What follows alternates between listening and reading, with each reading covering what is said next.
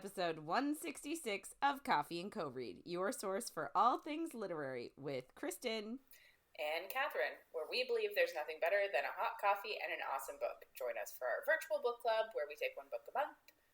Well, one book some months. And dive into all of the drama, adventure, and romance we can find. Hey, Kristen. Hi, Catherine. So this month, and next month, yeah, we're doing Kingdom of Ash by Sarah J Maas.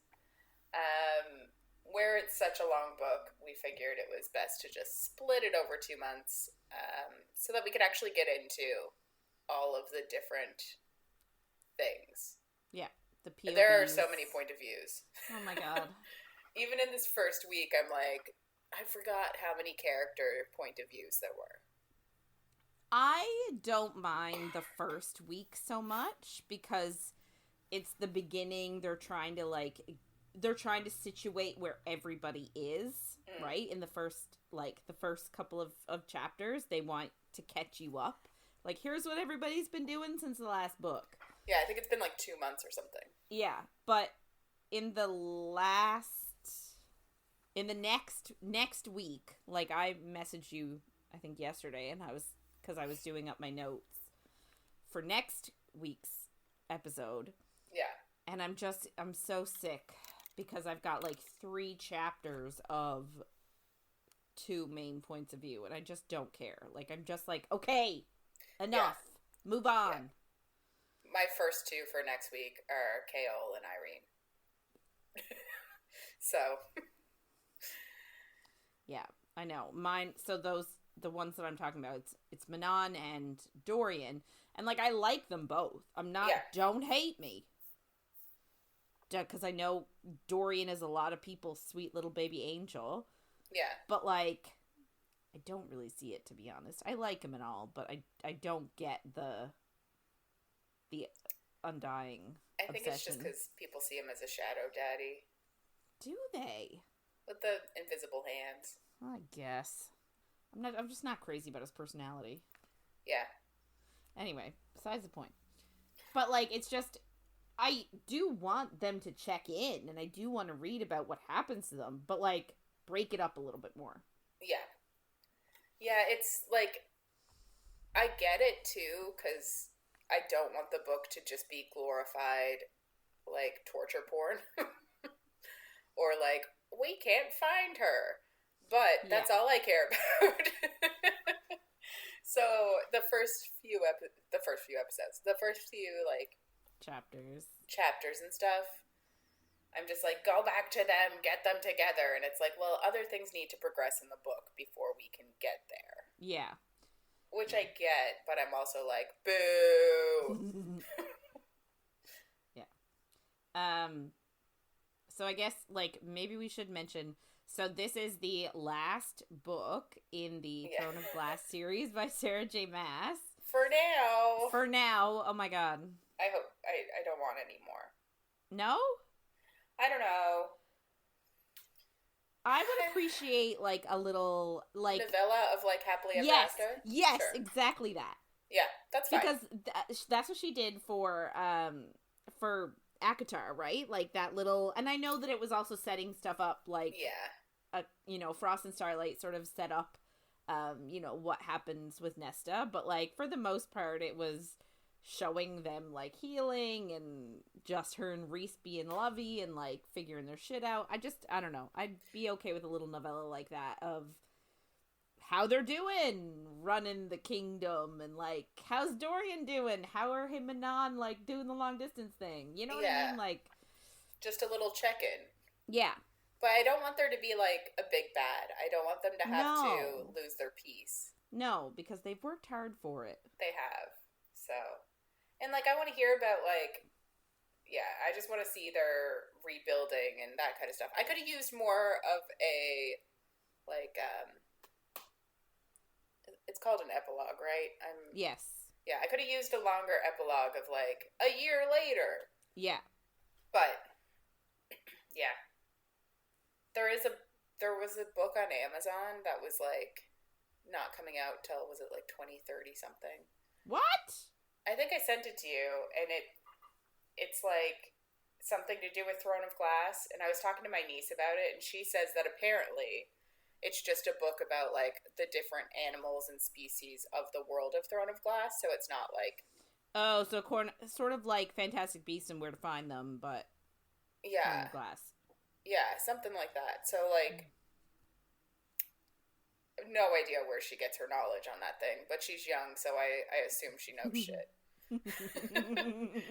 But I'm like, oh, like that's fine, I guess. I don't really care about that either, unless that like it could be one of the characters in the book is writing it, and you get snippets of life throughout it. That'd be cool. Oh, that would be cool. Yeah, and it would give it like not a plot per se, but it would give it a reason to be a book without there being conflict. If it's detailing the species and stuff. So, like, that would be cool. I'd buy into that. But this is complete speculation. I have no fucking idea. Yeah, I'd be okay with it. Yeah. So, you know, I guess we'll see if that ever does come out. In 2030 something? I think so. Oh, God, I'd have to find it again. I don't even know if it, like... I don't know if it is still on Amazon or anything, so... Yikes. Anyway, I don't know, do we have... So, I guess we should, like, sort of maybe... Talk a bit about the book? Well, explain a little bit about what happened in the last book. Yeah, so I guess the last books, we did it as a tandem read, which, like... I 100% urge everybody to do it as a tandem read. It's so much better. Yeah. But they were Empire of Storms and Tower of Dawn. So we liked the tandem read because Tower of Dawn focuses mostly on Chaol's point of view, and Empire of Storms ends horribly and horrifically and the worst cliffhanger. And then a year later, we got Tower of Dawn. And we were like, I don't care about this stuff that happened at the same time. I almost wish she reversed the order of the books. I probably wouldn't hate Tower of Dawn as much as I do if that came out first. And then Empire of Storms came out. I know there's some things that, like, it would make tricky. But, like, we could have given us Easter eggs for what Aelin was going to be doing. I don't know. Yeah. I don't know. I appreciate the order that it was released in. I just couldn't care about Chaol. Yeah. That's fair. Yeah. So he's something else. But basically, those two books, tandem reads great. We read them both at the same time, and Empire of Storms follows all of our main people that we get in the first few weeks of this one. And, like, at the end of it, they're all together for a little bit. And this book, they're all separated again. But anyway, so we got, obviously, Aelin and Rowan. At the end of Empire of Storms, they were separated. The big cliffhanger is Aelin was taken away in an iron coffin by Maeve. And we know that she's looking for the word keys. So she's going to torture her until she either gives them up or something that we get maybe next week. Rowan was told by Lysandra, acting as Aelin, to go get her back.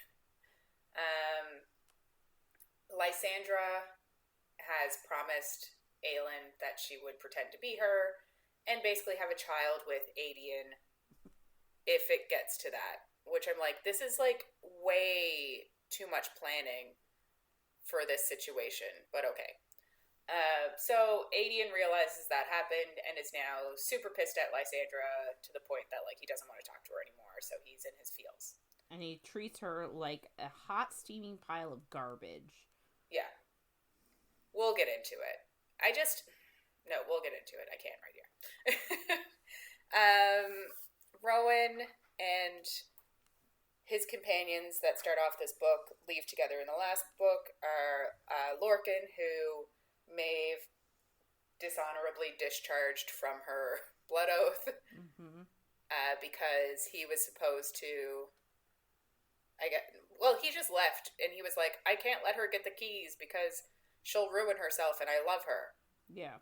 And then he basically fell for Elide because she's nice to him. Decent human being.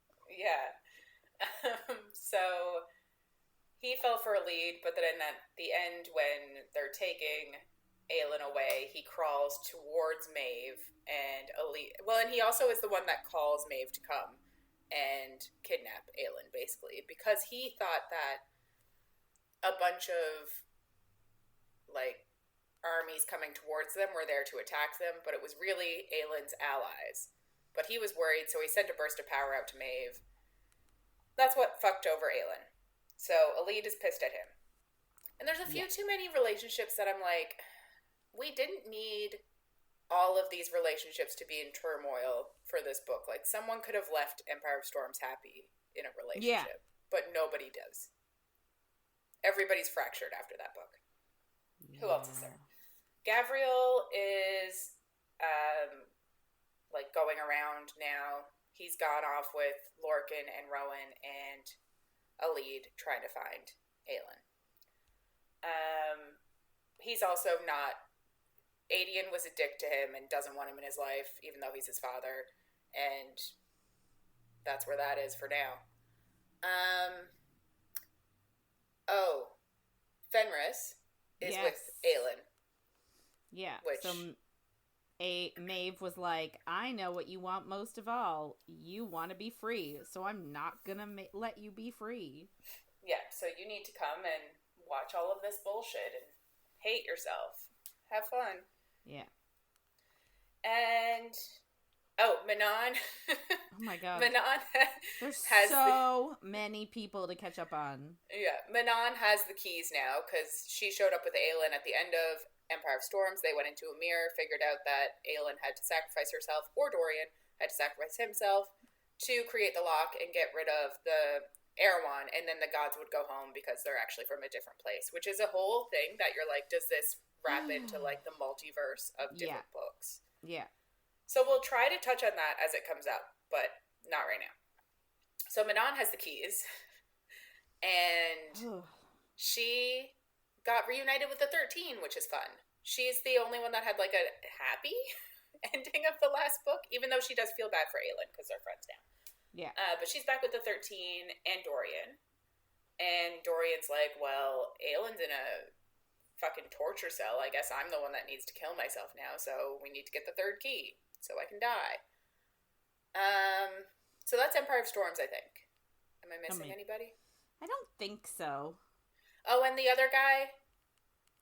Oh, Rowan Vaughn. and... Who? Vaughn is still... Vaughn. He's still just off. Yeah. He's mentioned either this week or next week, but he's just... No one cares about Vaughn. I'd like a short story about Vaughn and what he's doing during all of this time. Because in Queen of Shadows, he came over to the continent to search for Rowan and Aelin. And we just, spoiler alert, never see him again. And I'm like, did she forget about him and then realize it and then say, oh, I'll write a line in one of these early chapters about him, and then that was it. Anyway, yeah, so I think that's where everyone ended Empire of Storms at. Yeah, Rowan is pissed. He's like, where's my wife? Oh, yeah. They got married. And he says that... They got he's secret like, married. Yeah, he's like, hears that she knew that she was his mate, even though they didn't admit it to each other. Mm-hmm. Which is sad. Yeah. So that was very... We understand that was a lot. Yes. And now we go to Tower of Dawn. Oh, for fuck's sake. So Tower of Dawn was mostly Chaol and Nesryn. Chaol and Yrene are in love and they got married. That's it. And they're bound to each other's lives because Chaol almost died. Yeah. So essentially, now, if one of them dies, both of them die. Which I'm like, is that one of SJM's kinks? Maybe. They get it. So yeah. And Nesryn... They're together, they're in love. And He's Nesryn... mostly healed, but... Oh, yeah. Not completely. If she uses her power too much, he can't use his legs. I don't know if it goes back the other way, but yeah. And then Nesryn is hooking up with the heir of the Coggin. Yes. And he wants her to be his empress. And yeah. I was like, what is the word for that, empress? Yeah. And she's like, oh, I don't know. Yeah. And but he's like, no, you will be. He's like, it's inevitable, and it's kind of cute. And he was like, I fell in love with you before I even met you. And I'm like, but also, oh. Yeah. So yeah, her and Sartaq are together, and they have rooks that they ride on, which are giant birds. Big ass sparrows. Yeah.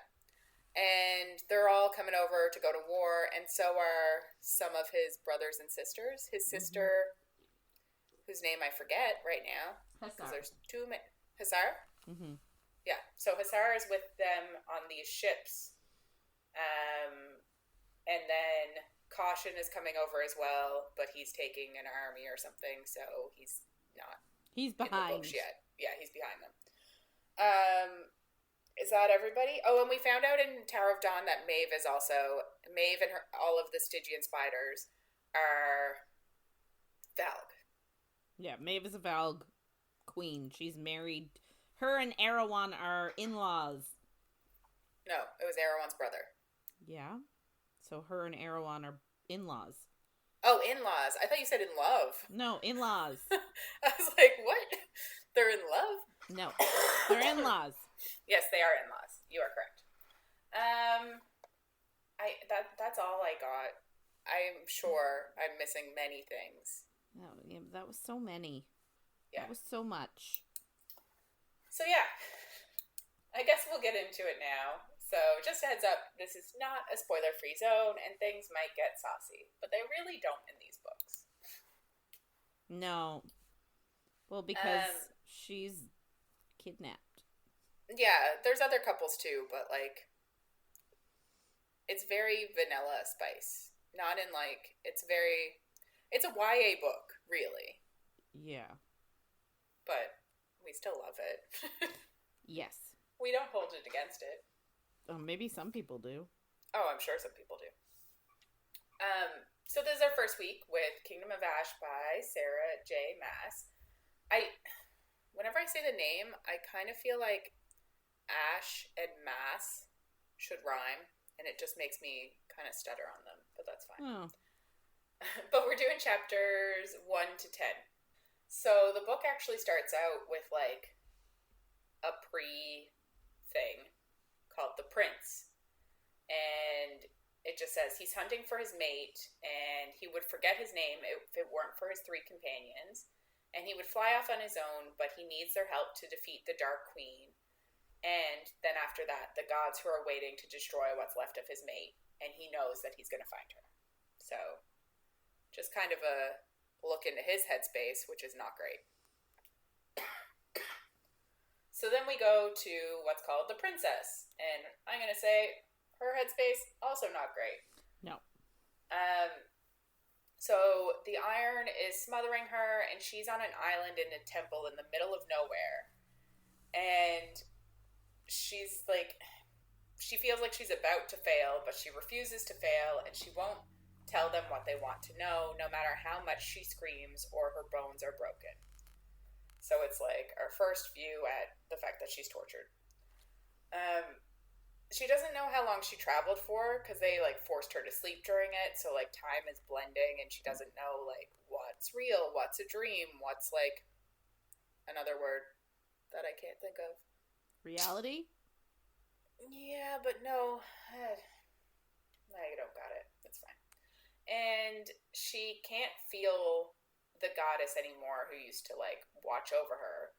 And she wonders if all of the gods are now focused on the king and have kind of like given up on her. She looks to the White Wolf, and he's invisibly bound to like just watch her. And she just looks at him to keep herself from breaking. And when that doesn't work, she tells herself the story that she once told the prince. Once upon a time, in a land long since burned to ash, there lived a young princess who loved her kingdom. And her prince is of ice and wind, and he's protecting her kingdom now. And she thinks, like, even when the Dark Queen watches the hunter torture her, she thinks of her prince. And the queen uses him against her in illusions.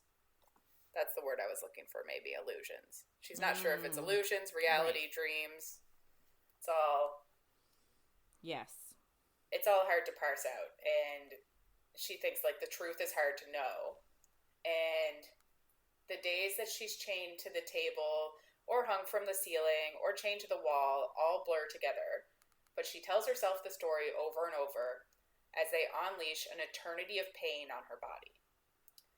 So, not good places for anybody. No. Well, like, Rowan, it's unfortunate because he's literally just out of his mind with, like, anger and, like, obsession. Yeah. So, now we get into chapter 1, and it's in Aedion's point of view. Which is not how I wanted to start, but it's not my choice. Like, I am just, I'm not gonna lie, I'm so furious with him in this book. Yeah. Like, furious. I have nothing else to say. Yeah. Like, he makes me so angry in this, for almost this entire book. No, for the whole thing. Yeah. There's, like, never a point that I'm like, oh, you're okay now. I'm just like, ugh. Yeah. We'll get into each part of it, but, yeah, he's annoying me. Yep. But at the beginning, he's back with the Bane, and they've been there for 2 weeks, and there's no sign of Erewhon's army. And currently, they're doing a scouting mission, and it's snowing, and it's hindering their travel of their army, which includes Wendelin. So, Galen, is he Ash River? Yes. I think so. It also has Ansel of Briarcliff and her people, the Whitethorns that left Maeve's army and joined Rowan, because he's related to them, or their cousin, I believe, most of them. Something like that. And the Silent Assassins that came to help Aelin after she had already disappeared. So the army on foot are traveling to the front, and the vessels are traveling to join the rear guard at Florine's Mouth. There's lots of places. They talk about lots of strategy stuff, and I'm like, I don't really understand, but that's fine. So Aedion is scouting, and he sees Lysandra ahead as a snow leopard, and he thinks that he hates her guts. Yeah. But he said that Aelin left a note with her allies saying that she had business in Eldris, so Lysandra's able to scout now because she's not acting as Aelin. And in the 2 months since Aelin disappeared, nobody has noticed that Aelin and Lysandra are never in the same place. I don't really understand that, like, how people don't notice, but I guess it's fine. Yeah. I don't know. I guess she could say, I was a worm. You didn't see me because I was a worm. It doesn't really make sense. So, yeah, now we get how he's pissed at her. And he thinks he can barely look at her as Aelin, but he has to play his part, and he completely ignores Lysandra all the time. And sometimes, the Terracin knot that he has tattooed on his chest, and specifically her name in it, feels like a brand on him. And I'm like, it's icky for him to complain about something feeling like a brand when she actually has a brand. Yes! Yeah. Like... Yeah, I don't like it at all. And, like, I'm just so angry with him. Yeah. He's butthurt that they made a decision without him. And, yeah, didn't tell him about it. And I know people are like, yeah, but they expected him to be bred like a mare. Is that the male one? I can't remember. But, like... He wanted to do it anyway. But not even that. We are never gonna get to that. If Aelin never comes back, Erewhon's gonna kill everybody. They're never gonna be in a world that's safe if Aelin doesn't come back from being captured by Maeve. They're never gonna have to worry about that. They could also say, oh, it's really hard for Faye to get pregnant, which is true, and just not worry about it. But, like, I just am annoyed because his big issue is, no one told me that Lysandra would act as Aelin for her entire life, and they would have, like, a secret relationship and have sex so that she could have babies. Mm-hmm. Like, I just don't understand why he's so upset about it. He wanted to be with Lysandra anyway. But I think people that empathize with him are upset about the fact that was the main, like, that is a traumatic thing to force on somebody. And I understand that. I just don't think it would ever come to happen. I just don't think it's a possibility. I just think the world would cease existing before then. But I just don't see how it's traumatic for him, because it's something he wanted. But that's not... I don't understand the trauma of them talking about him having children with Lysandra, because he wanted to have children with Lysandra. Yeah, but that's not why he's mad. That's what I think that's what people are putting on him. But he's mad he wasn't told. He's mad because he doesn't trust Lysandra now because she kept a secret. That's really all it is. And he's like, I don't know if anything she's ever said to me is real because she kept this secret that our queen told her to keep. Yeah. So I don't believe that anything that she's ever said to me is real. That's his big issue. Like, he barely talks about the kid thing because he knows that they don't have a fucking chance in this war. They're not gonna live. Ugh. His issue is a trust thing, which is like... But I'm sorry, if Aelin went to him and told him, please 100%. Keep the secret, don't tell anybody, he would absolutely follow that order. He would do that. Yeah. He wants to swear the blood oath to her. She could force him then to not say anything. Yeah. He is a walking conundrum, and I hate it. Yeah. I just think... I get being upset that you weren't let in on the plan. I just think that he takes it way too far. Yeah.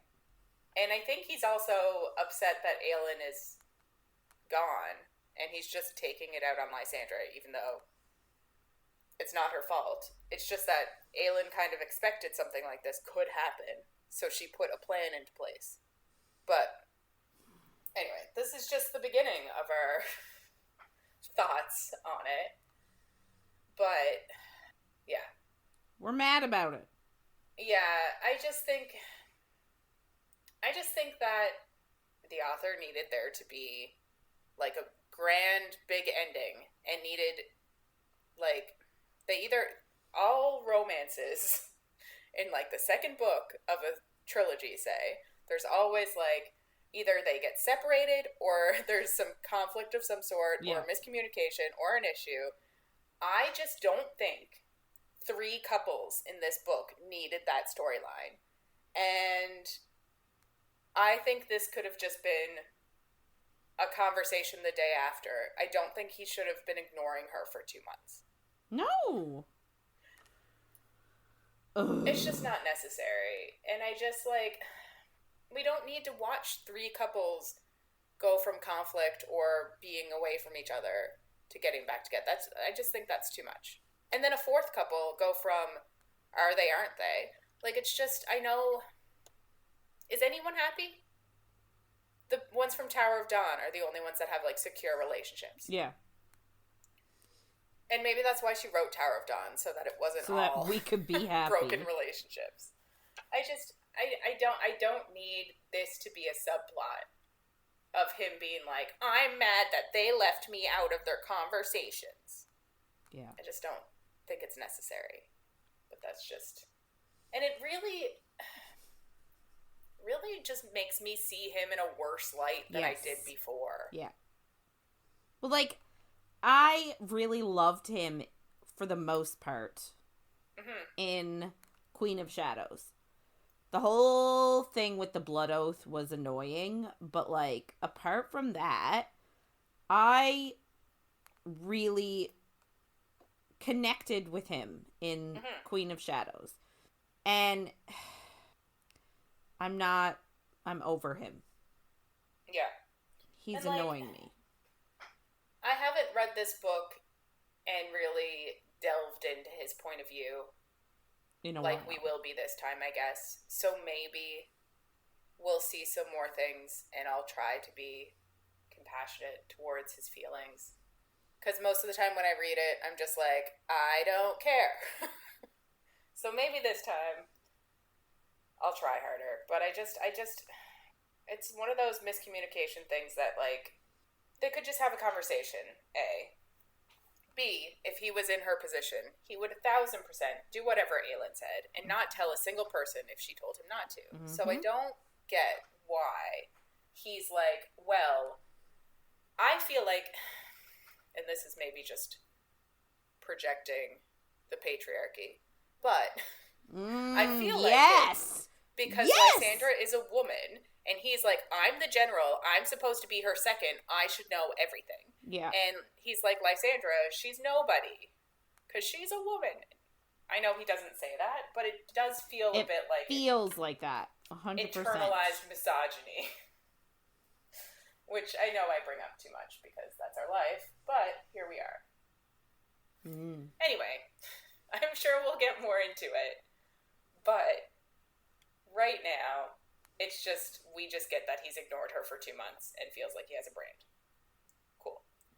Ass. So they have actually only seen a few Aderlin scouts and none of Erewhon's army in, I guess, the 2 months. Aedion thinks that Erewhon is going to wait until the dead of winter when, like, the armies are freezing and all of the money that Aelin schemed and won won't be able to do anything to help them because they're going to be snowed in and you can't buy warmth when you can't leave. It's cold out. Yeah. So, but the Lords of Terrasen don't agree with him because, of course, they don't. Because, like, this is... It just seems like it is conflict for conflict's sake. I know, but, like, the Lords are enough of a conflict in his section that would be fine. We don't also need this conflict with Lysandra. But we have it, because of course we do. So, Lysandra, Ren, and Aedion are on the scouting mission. Ren and Aedion have arrows ready to fly. And a scout told them that there would be 6 soldiers, and there are. So, Aedion can smell the the valg on them. And he and Ren shoot arrows at one each, and Lysandra kills 3 of them and then shreds the legs of another so that they can question him, basically. And then we kind of just get a time jump, and they're at Owlsbrook Castle, and they're talking about what they're missing, because the scout just laughed, and they think, like, it would actually take ages for armies to move through the mountain passes, so, like, it doesn't make sense for them to be scouting there because there's no way that the armies are going to come that way. So they're like, what are they doing? Yeah. And Ren wonders if it's to make them move their armies to the wrong spot or if that's actually what they're going to do. And they're basically just like, we have no idea.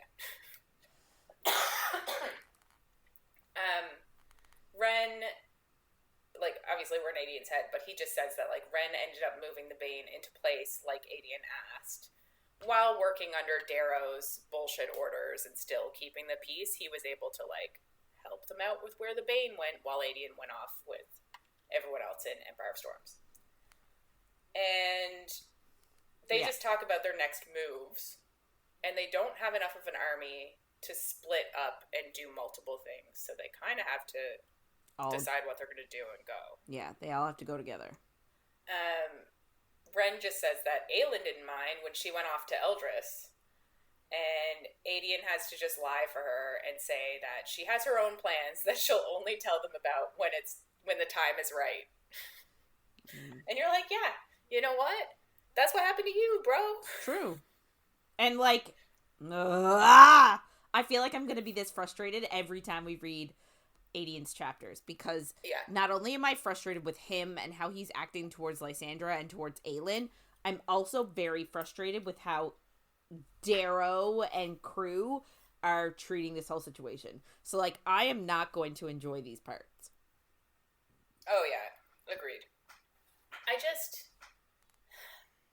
Aelin should have had a conversation with him before she disappeared about the whole baby But, thing. like, also, she didn't know she was going to get kidnapped. That's what I was going to say. Like, this all happened way earlier than she expected. She probably thought, hey, at some point, this could happen. She didn't think it was going to happen then. Also, she might have even told him if she was on the boat and wasn't in a fucking mirror during the battle. Yeah. Like, if she was around and realized that there was a possibility that Maeve was going to take her, she might have been like, hey, in case I'm taken, can you do this for me? Yeah. And he would have been like, yes, anything. I love you so much. In a, like, platonic cousin's way. Yes, yeah. But he would have agreed to it if she had suggested it to him. I think he would have agreed to it because he loves Lysandra. Ugh. But, of course, she didn't get the chance to. So now he's just butthurt. Of course. And then Aedion says that everything she does is for Terrasen. And he thinks... Fuck, it's so stupid. Ugh. He thinks of how shitty he was when he asked her, where are our allies at the end of Empire Storms? Right before the allies showed up, of course, because it had to be that timing. We loved it, but...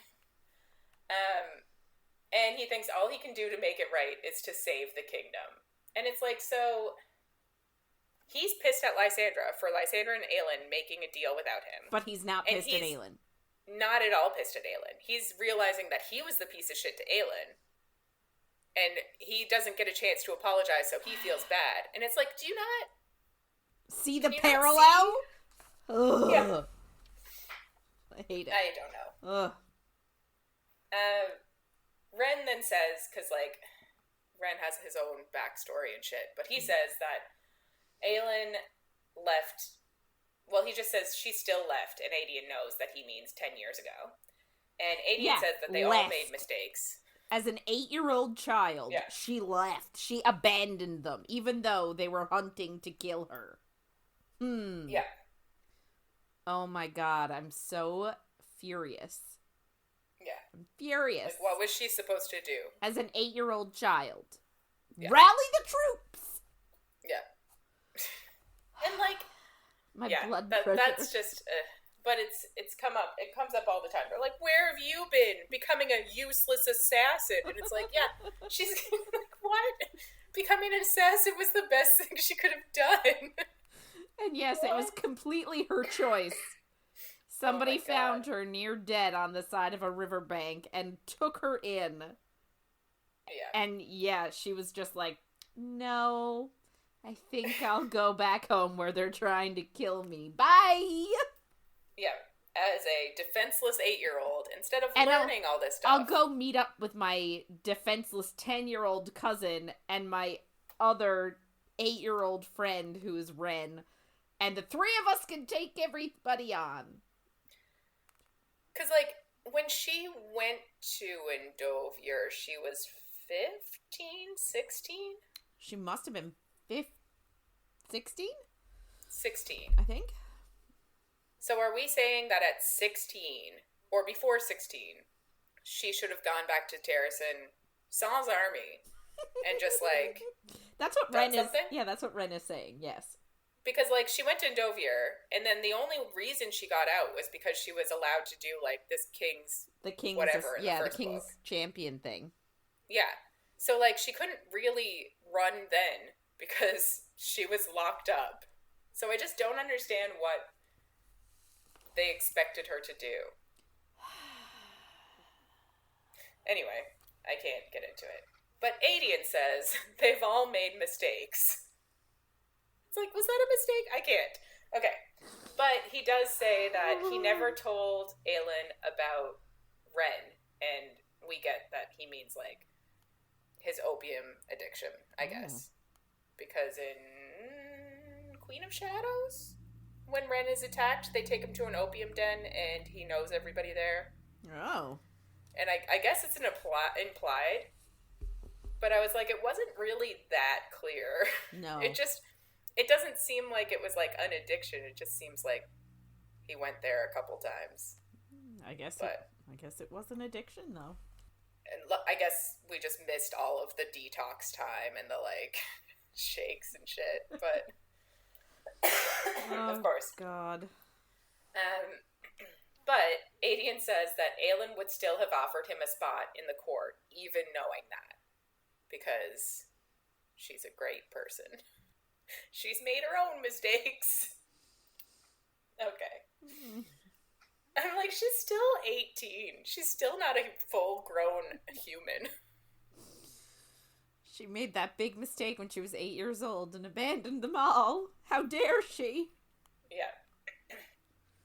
Oh my.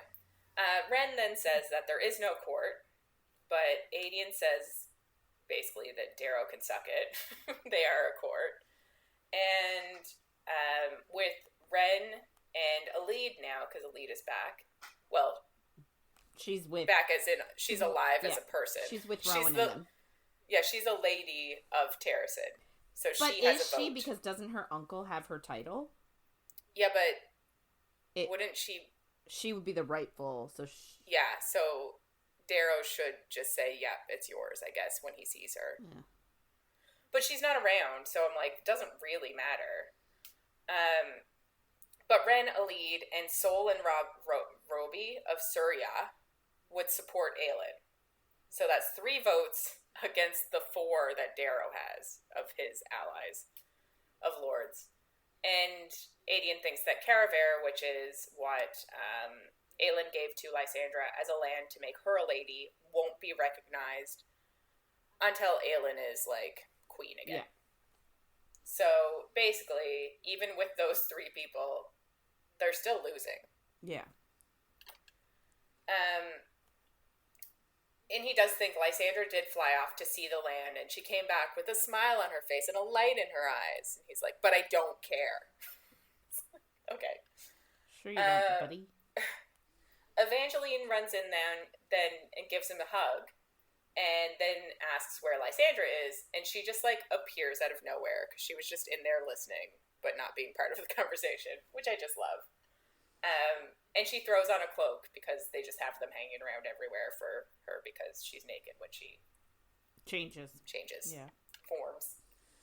And Evangeline tells them all that Fleetfoot is with Murtaugh now, and he's super fat and lazy, which I'm like, oh, cute.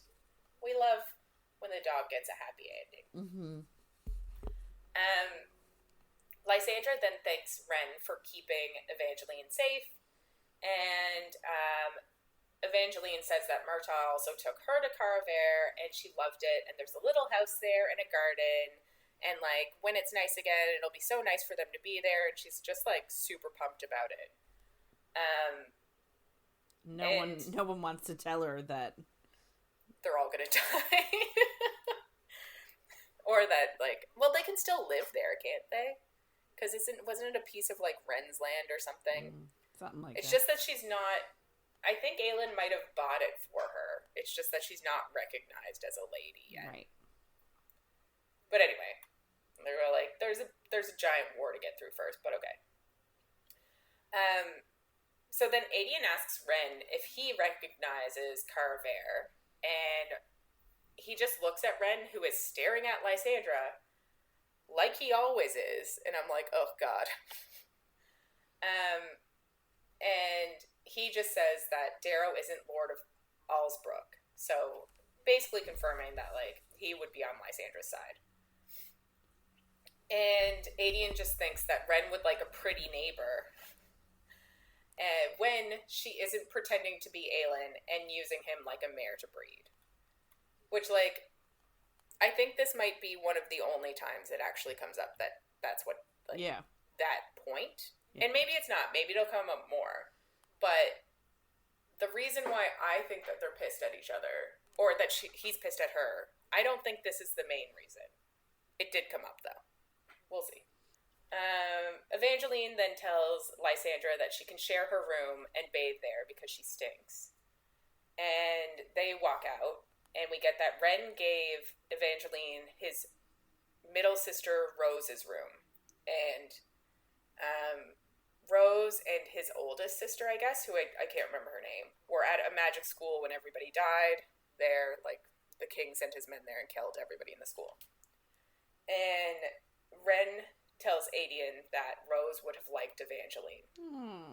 Which is so sad. That's so sad. And Aedion thinks that Ren probably sees himself in Evangeline because they both have, like, face scars. Right. Because Ren got it when his mother, I think, saved him from being killed. Yeah. And Lysandra gave Evangeline them so that she wouldn't have to live the same life she did. Yeah. Here we get that Lysandra tried to speak to Aedion a bunch of times, but he refuses because she lied to him, and nothing she's ever said is real. And when he gave himself to her, thinking that she was his last hunt, because we talked about that in the Empire of Storms book, and we're like, what the fuck? Like, women aren't to be hunted. And that he could take his time with her and show her Terrasen and himself. And then he thinks, like, I guess afterwards, after he found out what she was doing, he called her a lying bitch. And he feels bad about it. He feels bad about calling her a lying bitch. Thank God, something. But he's still ignoring her. And he says he's still angry. And she kind of looks at him like she wants to talk to him. And he just thinks Ren can have her. And I'm like, Ren can have her? You can't give a woman to somebody. Like, what? Yeah. She has a choice in this. Like, if you don't want her, it doesn't mean your best buddy suddenly can have her. I don't like the way he thinks about her. No. As something to hunt and something for someone else could have. Like, I don't know. I don't like it. So she leaves, and Ren asks what's going on between them. But Aedion tells him to get a map so that they can go over the passes. So we go to the next day, and he gets a letter from Killian, who is actually his second in the Bane. And we get that Morath's troops made landfall at the coast and destroyed Eldris, without unleashing a single troop. So Ren asks if it was witch towers, but they think it's unlikely because the witch towers wouldn't be able to travel by boat. They're like 100 feet tall, so they'd have to travel by land. Mm-hmm. And then Murtagh is worried and asks about Aelin, and because she was supposed to be there, that was the whole, like, ruse. Right. That she went there. And Aedion just makes something up and says that she was already on her way back the day before, so she missed the fight, basically. Morath also took out 10 of Wendellin's warships and sent the rest of the fleet up the Florian, but didn't follow them, which is just interesting, because they're like, they could have just followed them and taken out the whole fleet of boats, but they didn't. So they think that, like, their on-foot army could reach Perranth in a week, if they, like, guess, decided to do that, because obviously they have no idea what Morath's going to do. And Ren says that they need to return to their camp of their soldiers. Yeah. And get their fleet and get Ralph to attack. Because Ralph is currently, like, getting all the Mycenaeans, I think it was. Yes. Together, so that he has a boat presence. And Aedion thinks that the chances of Ralph actually showing up, because they've only really heard vaguely from him, is as slim as the fabled wolf tribe from the mountains, or the Fae who fled Terrasen showing up, which is an interesting thing to think. And then he thinks back to when Rowan left to go find Aelin, he told Aelin. He told Alien? He told Aelin. Aelin's an alien? He told Aedion that the lines have to hold, and they have speed. So he asks Lysandra how many people her wyvern form can carry, and then we just like pop off to a new chapter.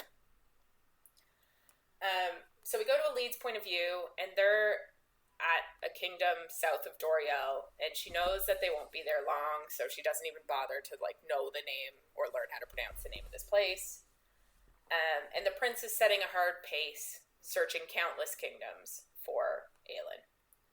And she's currently in an alley with Gavriel and Lorcan, and Lorcan she hates. Some parallels between Aedion and Elide's point of views on their former crushes. Yeah. So Gavriel offers her an apple, and she basically just gets it out of his bag, but hands it to him, and she's like, I can hear how hungry you are. Your stomach is growling. You should eat this. But her, like, handing him food makes Lorcan stiffen, which kind of just reminds me of Akatar handing the food. Yeah. So I do think that's a, like, nod to, like, Fae being fed by their mates. Yeah.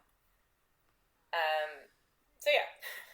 She then thinks that Gavriel and Aedion, like, look very similar, but they're so different.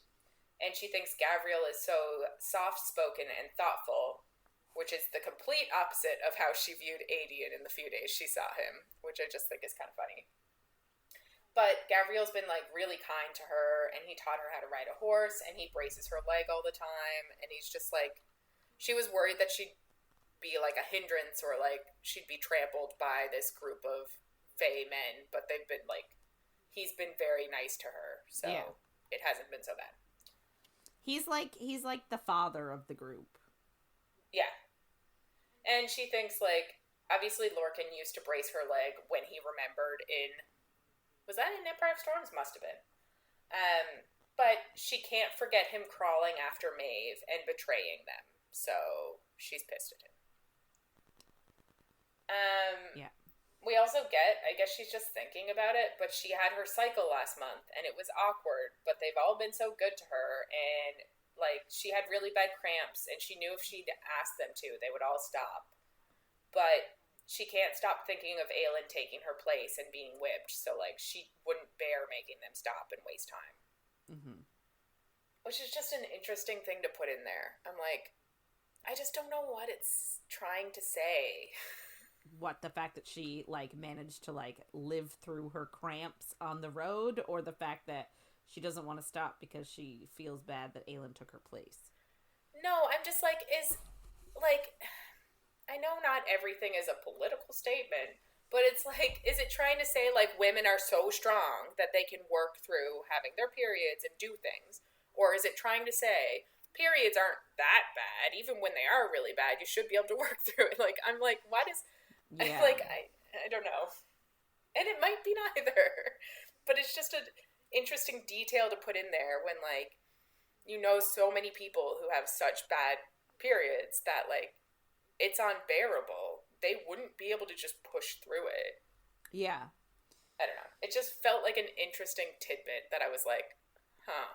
Listen, it is scientifically documented that women have a higher pain tolerance than men.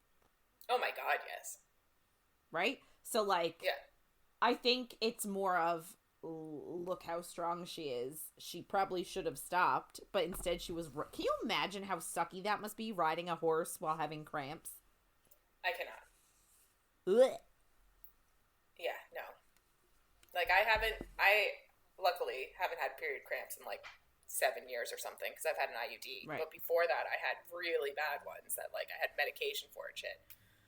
Like, I cannot imagine being on a horse for those. No. And she even says, like, she had, like, cramps up and down her back and her stomach, and I'm like, how do you... Ugh. Awful. Anyway, it was just an interesting thing to put in there. But I guess it's also showing that, like... I think the whole time that she was at I forget what it's called. Morath, wherever they were, where the wyverns are. The Gap. I don't remember what it's called. But the whole time she was like, her uncle had her prisoned. She never did have a period because she wasn't healthy. Yeah.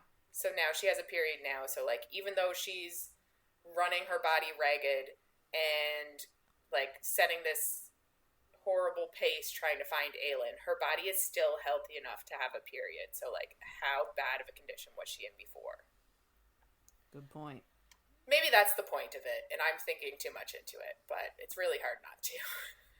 Anyway.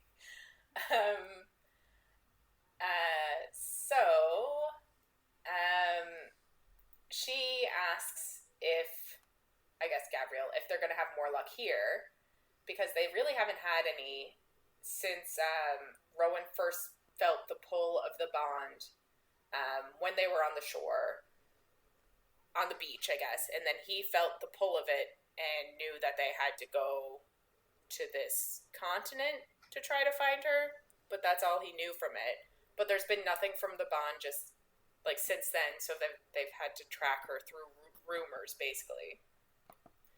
And last week they were in a random city that was celebrating the gods, which made Elide think of Aneth, who is her god, who she hasn't really heard from since.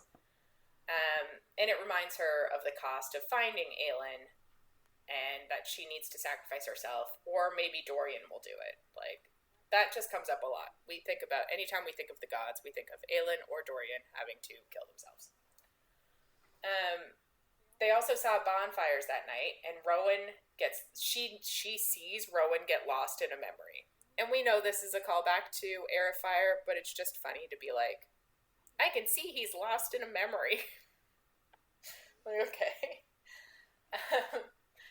And while they're at the bonfires, they hear Fae soldiers talking, and Rowan, like, gets a plan during this moment. And in real time, she can hear screaming, and Elide asks if they should help him, but Gavriel says he's almost done. And 2 Fae males fall out the window, and Rowan's just holding one of them, which is funny. And the man basically just says please in the common tongue, and she knows that he found one of Maeve's commanders that is loaned out to another kingdom. So that's his big plan now, is to find any of Maeve's commanders in other kingdoms to try to figure out where their orders are coming from, to try to figure out where Maeve is. Yeah. So this is what they're doing. So Rowan says that first he'll break his legs and then maybe his spine so he can't crawl. And then he points to Lorcan and asks the guy if he knows who that is. And the commander starts to tremble. And Rowan says he won't heal from what Lorcan does to him. I mean, not a lie. Yeah, but he's like, you might heal from the broken legs and the broken spine, but you won't heal from that, which is just kind of funny. And I kind of, as much as it annoys me that Elide is also pissed at what could be a conversation if you actually talk to him, it is kind of funny that she's just not afraid of him at all, and all of these grown-ass men are terrified of him. I do find that kind of funny. Yeah. And it was even like that in the last book, so... So we, I guess, go back to 2 days ago in Elide's head, and she thinks that she couldn't watch Rowan as he, like, killed one of her commanders. But today, a voice, i.e. Aneth, who she hasn't heard from in ages, tells her to watch and listen. And Elide just thinks she wants to tell the gods basically to fuck off and find another way, but she doesn't, because you can't do that to the gods. And I'm like, why? Just do it. Yeah. But,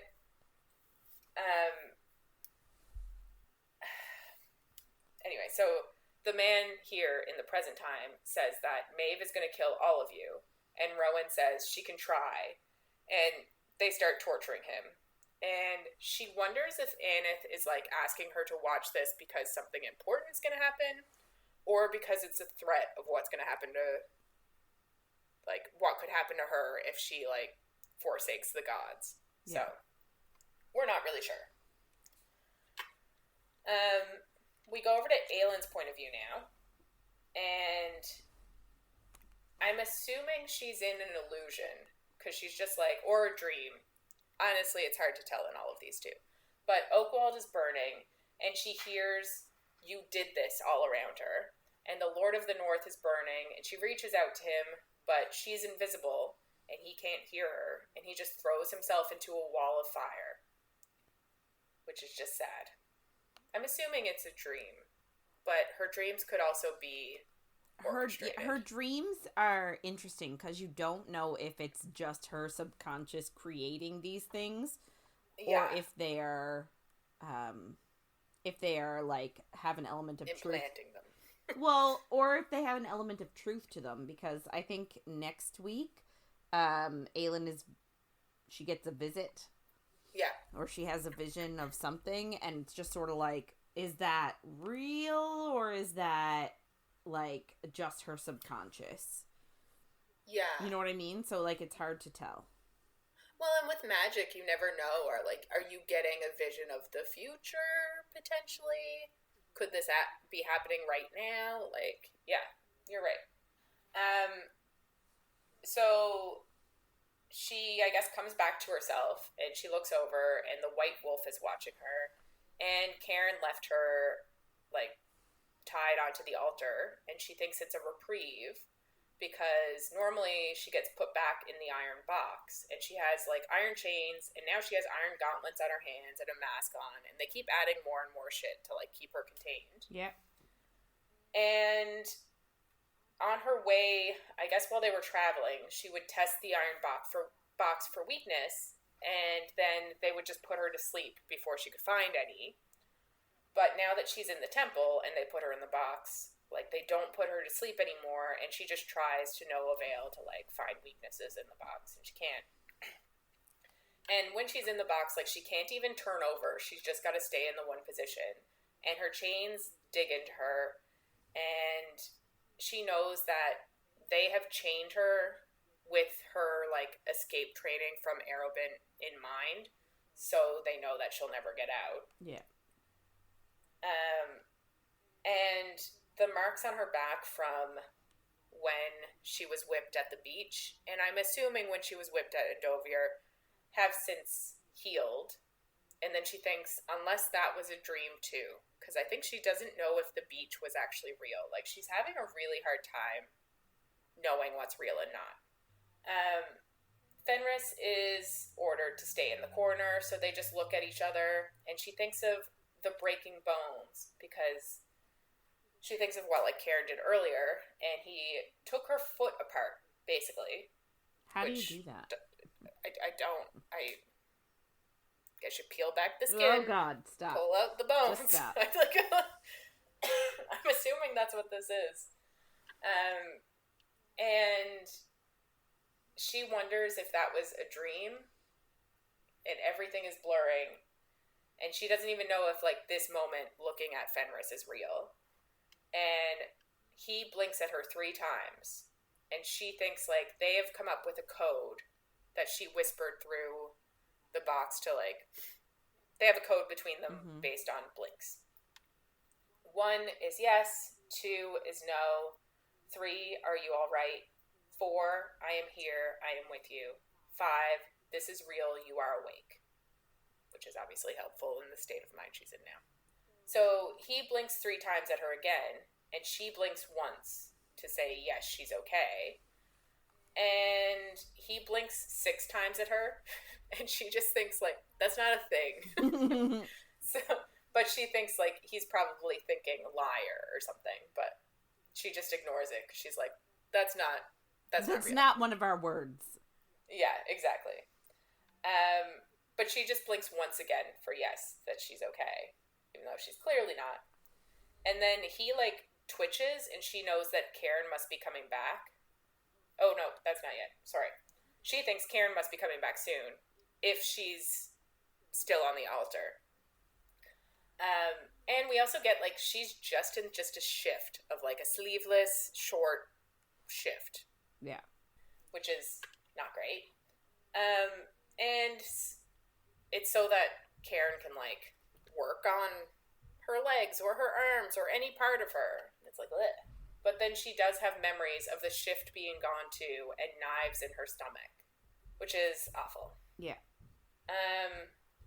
This is where Fenris, like, his ears twitch or something, so she knows that Cairn is coming. And he comes in and he says that she's awake so soon and he must not have worked her hard enough. Blech. And she looks at his hammer, I think it is, and he says that she's so eager for more. And he goes over and feeds wood to the fire, and her power doesn't even, like, stir when he feeds, like, when he's over near the fire, where normally if she sees fire, her fire will respond, like, answer it. But they've been lacing her food and drink with iron, and at first she refused it, and then they forced her to drink, I guess, water with iron, and then they starved her until she would eat anything just to stay alive. And they've just been dosing her with iron since then. Cairn then orders Fenris to see to his needs and then come back immediately. And she thinks that, like, sometimes he forgets, quote unquote, to tell Fenris to do that. So he just has to not use the bathroom for, like, hours or days. I don't know how long it is. Because he's just stuck there. Mm-hmm. Like, is he allowed to sleep? It's really sad because, like, they're literally, it's the most painful thing for him is being stuck there, not being able to do anything. Yeah. And, like, he's not even allowed to be in human form because then he could talk to her. He's got to stay as a wolf. Like, it's really sad. They're literally doing everything possible to, like, break everybody's spirits. Yes. Yeah. Cairn then asks how they're going to play tonight, and he can see the rage in her eyes, and he grabs her throat and says that it could all end with a few little words, and then says that she needs to swear the blood oath to Maeve, which is interesting, because, like, I guess it makes sense, but I never really thought that that's what they wanted. I thought that they were just like, where are the keys? But it makes sense that she wouldn't be like, Cairn, find out where the keys are, because then he could go rogue. Yeah. But I think they want her to do both. But I guess one... if she swore the blood oath, she'd do anything. One would lead to the other, yeah. Yeah. So his hand is on her throat, and then he brushes where Rowan bit/scarred her. They, like, put salt water in the wound so that they would scar.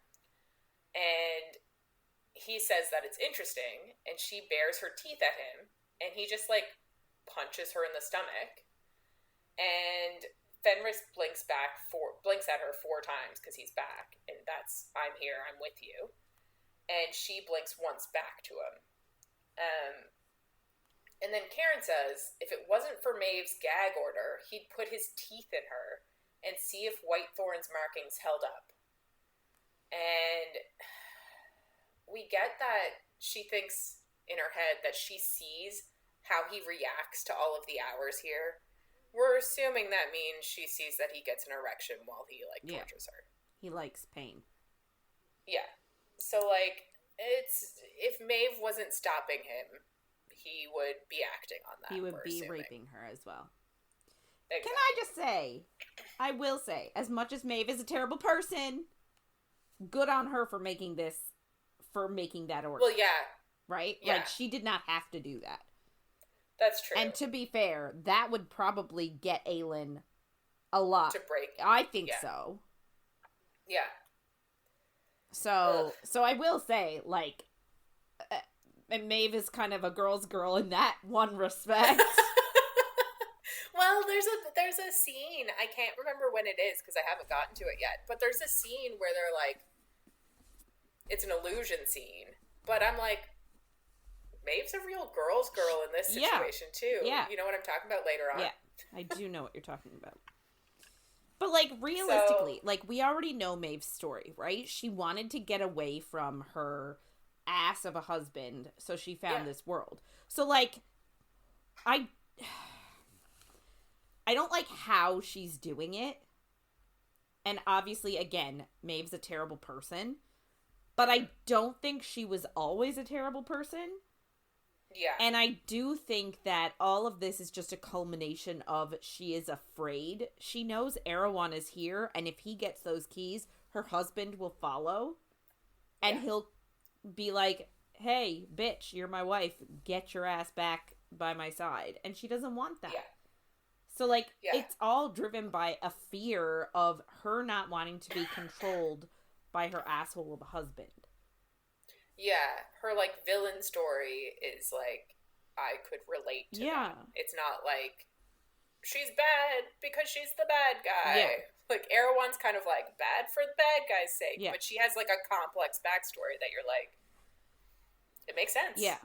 And, like, again, she's obviously not going about it in the right way. Yeah. And, like, I'm just annoyed that there's no team up. To be fair. Yeah. Because, like, Aelin obviously... We almost get it. Yeah.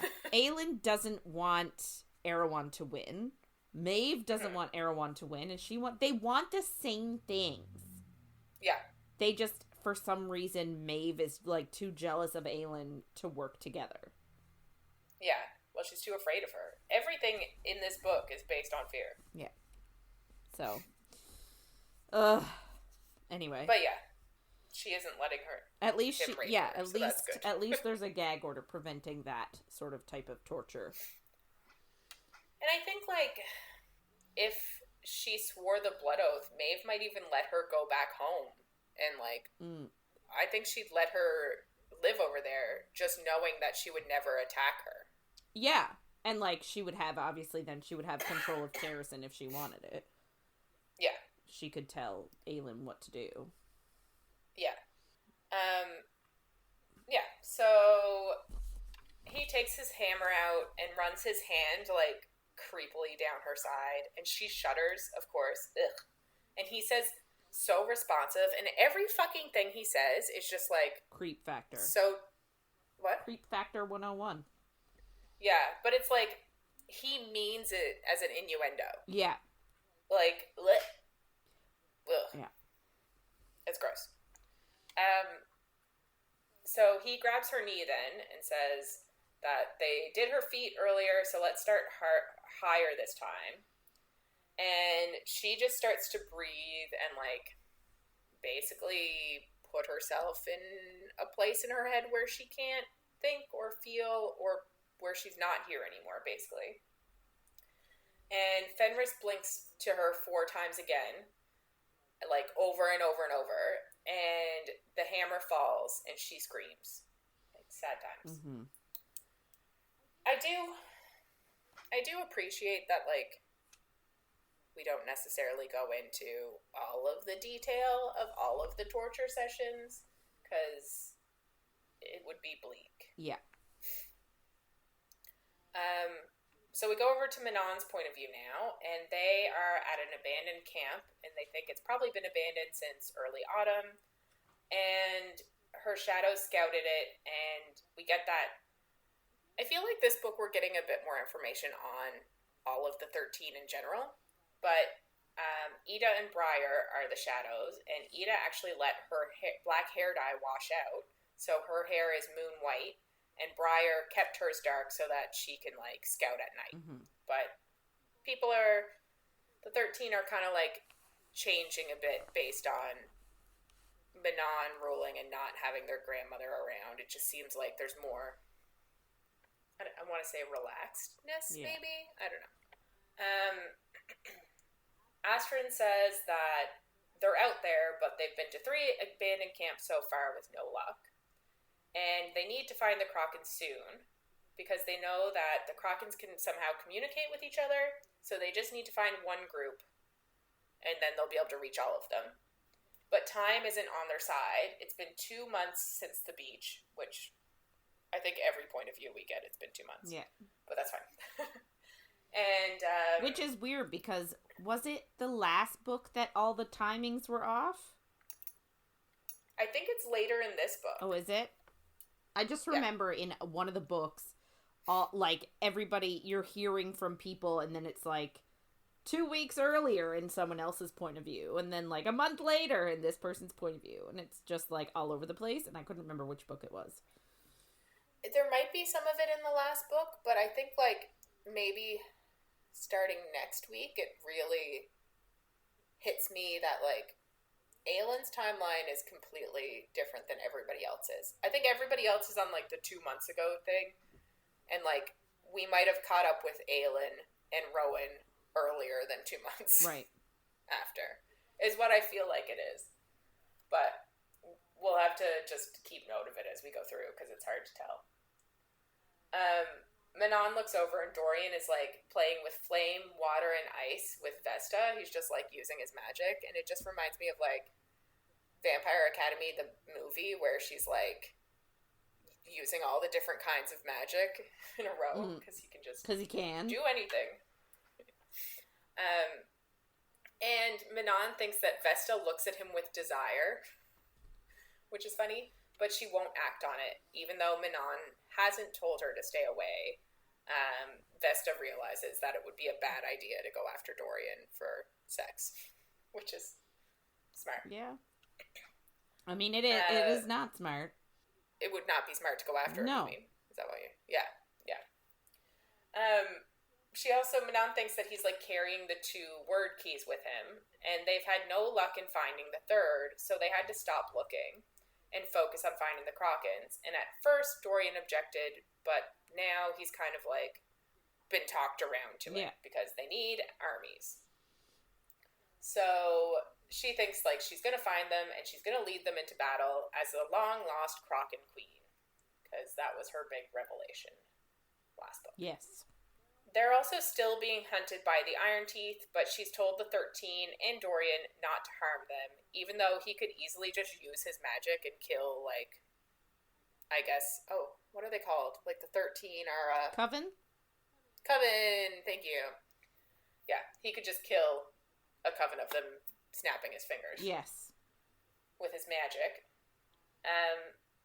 Astrid asks Manon what she's going to say when she finds them, and Manon thinks, like, she's thought about it a lot, and she actually wonders if the Crocans knew her mother, who was an Iron Teeth, but who loved a Crochan prince, and they had a baby, i.e. her, hoping it would unite their people.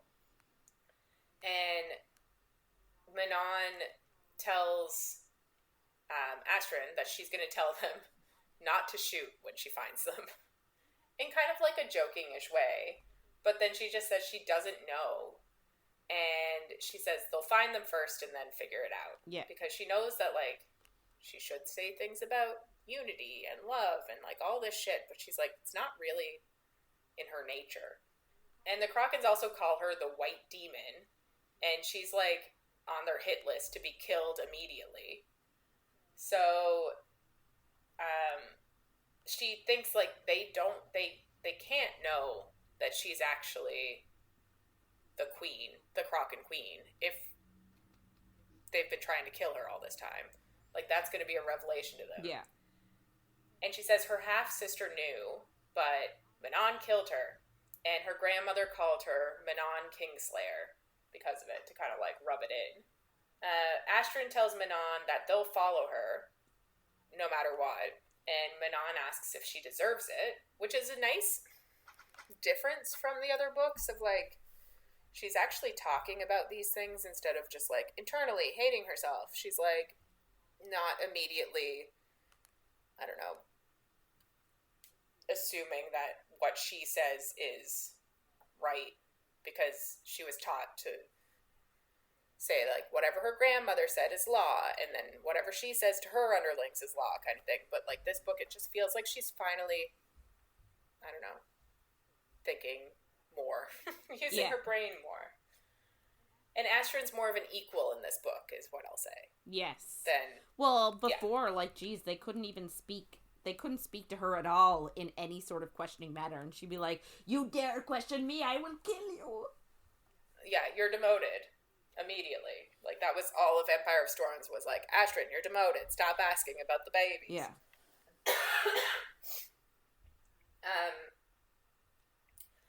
Astrid then tells Manon that, like, she's the one that needs to decide if she's worth following. Which, great advice. And she thinks she might deserve it if she gets them back to the Wastes and if they live. I don't like it. We jump over to Dorian's... What? I don't like it. I don't either. We go over to Dorian's point of view now, and he slips away from the witches at night, because they're still at the camp, and he's been planning this for weeks, and he's been watching the witches and getting to know them and getting to know who would report him, and, like, walking away a lot of the times at night to, like, go pee, so that no one will find this time odd. And he thinks there's nothing declared between him and Manon, but they always sleep next to each other, and basically that they just, like, have sex in the forest in the passes, and it's, like, brief, and it's wild, and it's the only time he feels anything, which is, like, this is not great, other than when he trains with the 13, and when he trains with them, he just feels rage, but they've basically just taught him how to fight in different ways, like they've taught him how to track, so yeah, we get that, like, he's learning I guess things. He's trained back up. He's gonna be a good fighter. When he's a good fighter, there's a reason why. He's trained for 2 months. So Vesta's currently on guard and just smiles at him as he goes, and he thinks he chose her because Vesta would be more worried about Manon seeing her follow after him than actually checking on him if he's gone for a long time.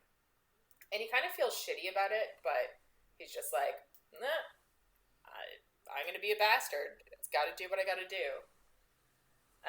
And he thinks it didn't help Sorsha being kind, and he needs to sacrifice himself anyway, so nothing matters. So, like, he's in a bit of a depressive funk. He also thinks he let them all think that he was fine with giving up the search, but he was just planning what he was going to do next. And he uses his blood to make word marks that he just remembered from Aelin doing it in Skulls Bay. And he uses Damaris, which is his sword, which used to be Gavin's sword, to summon Gavin. And then he just waits for him to show up. He thinks that he's been trying to hone his magic lately, but the witches don't have any magic other than the yielding, which can only happen once when they sacrifice themselves and explode. Yeah. So, like, he hasn't had much help from them in learning magic. Yeah. He can only just practice what he knows, kind of thing. Yeah, he's basically been going off of what Rowan taught him after Rowan helped him escape. Empire of Storms, yeah, I think it was. Yeah. I was thinking, it's definitely not Queen of Shadows. Yeah, I think it was Empire of Storms. Yeah. A lot happens in that book. Yeah, so much. Yeah, so, like, he's literally just going off of what he taught him in, like, a week on a little boat. Yeah. And his best magic is, like, I'm guessing he means the magic he can do with his hands, because he can just, like, kill people with them without, like, I guess that's the easiest one to practice, really, is, like, invisible hand magic. And he also uses it when he's having sex, so that's probably why it's so good. Did we get that in the last book? Yeah, he held Manon with them in the cabin in Right. Empire of Storms. Yeah. But he thinks that all he's good for is death, just like his father. Oh, God. He thinks, too, that he hasn't heard anything about Aelin, if she's still captured or, like, what's going on. But he thinks, like, he's the one who has nothing left but an unmarked grave for a healer and a shattered castle. So even if she does get rescued, he's going to sacrifice himself. To be fair, rightfully so. Yeah. I'm sorry. I would much rather, and again, don't come for me, I would much rather Dorian sacrifice himself than Aelin. Yeah. Like, I get what he's saying here. Like, Aelin has the potential for a future. She has a mate. She has a court to rebuild. She has a country that needs her. Like, and as much as Aderlin needs, like, a strong, sensible leader now as well, like, Chaol could easily step into that role. Would he want to? No. But would it Aderlin be in decent hands? Yes. I guess the only issue is if Dorian dies, it's up to his brother to be king. I guess. And he's a piece of shit. Yeah, but like... But Chaol could just kill him. Yeah. Yeah. Like our last book. Just kill the king and take over as the captain of the guard, new king. Yeah. Yeah. Like, it doesn't need... I don't think that kingdom needs Dorian. And we kind of get into it a bit here in a bit, but, like, he might be trying to be a good king now, but he didn't do shit before. Yeah. But we'll get into that.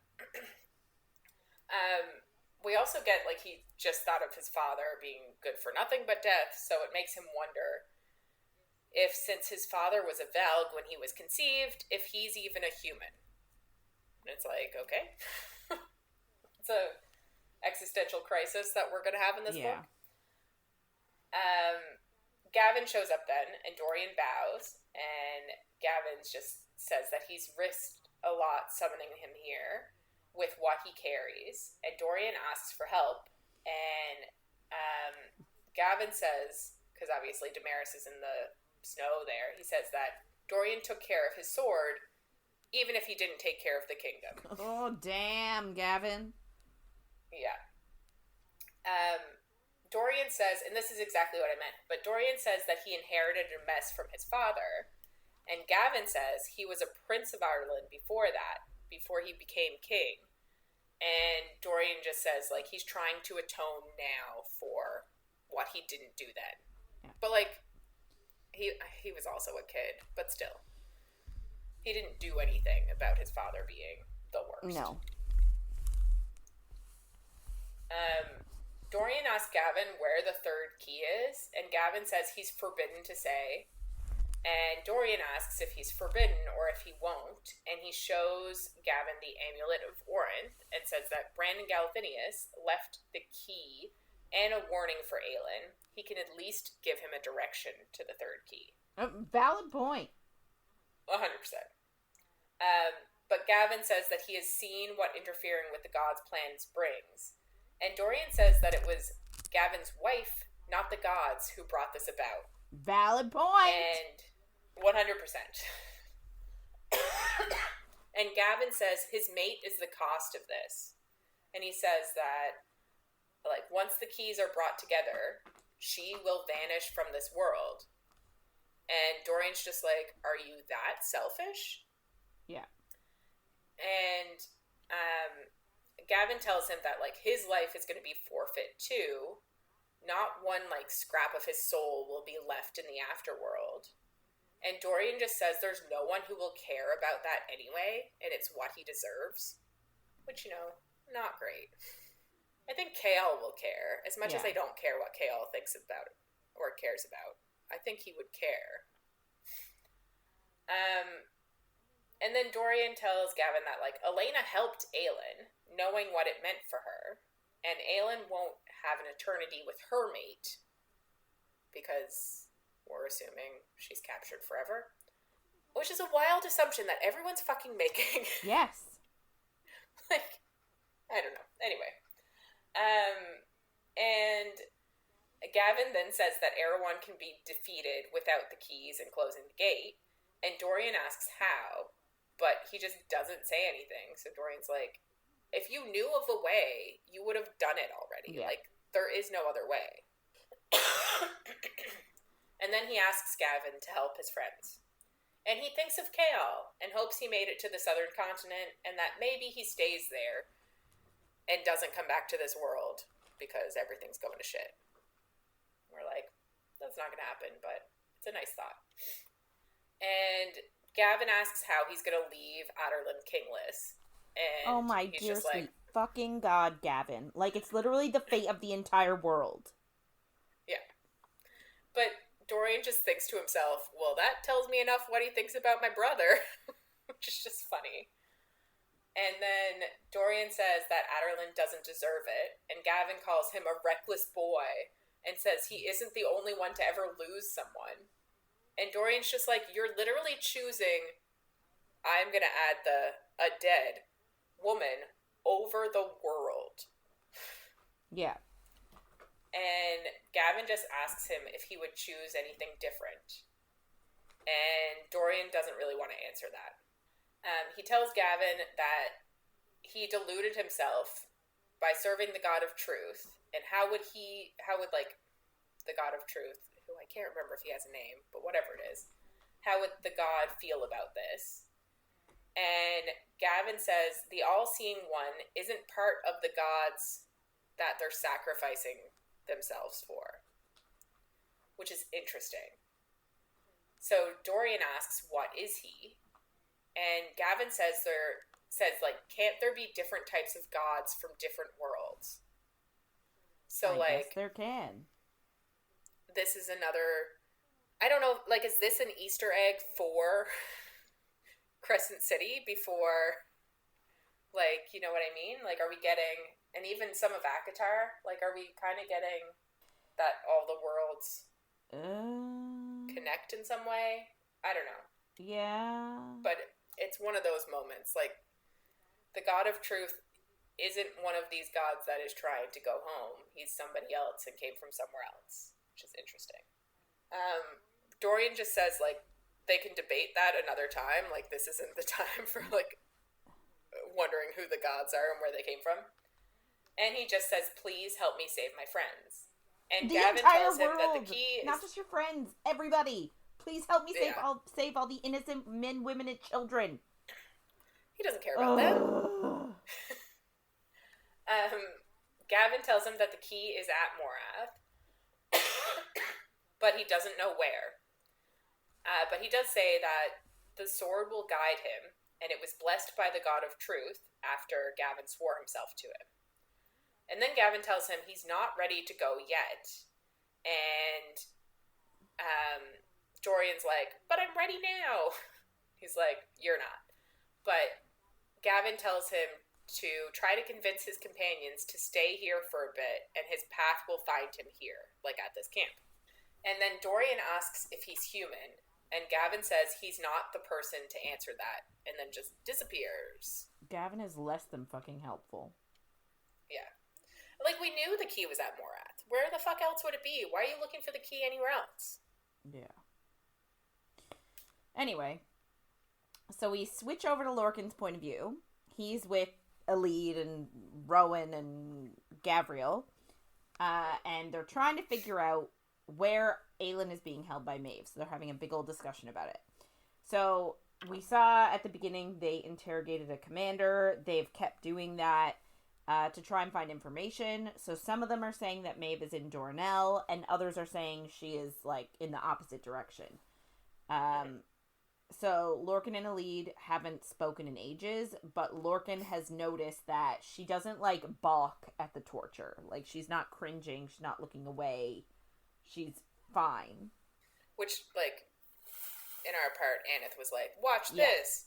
So, it makes sense. But, Lorcan is interpreting that as, the fact that her, he's if this doesn't disturb her, what must she have seen, what must she have seen under her uncle's care to make her, desensitized to violence. And then he's, gotcha. And he's like, oh, I hate that uncle, I'm gonna get him. Yeah, okay. Right? Yeah. So, that's where his mind is at. But he's like, first Aelin, then Uncle Perranth. I know that's not his name, but, I like it. That's all I got.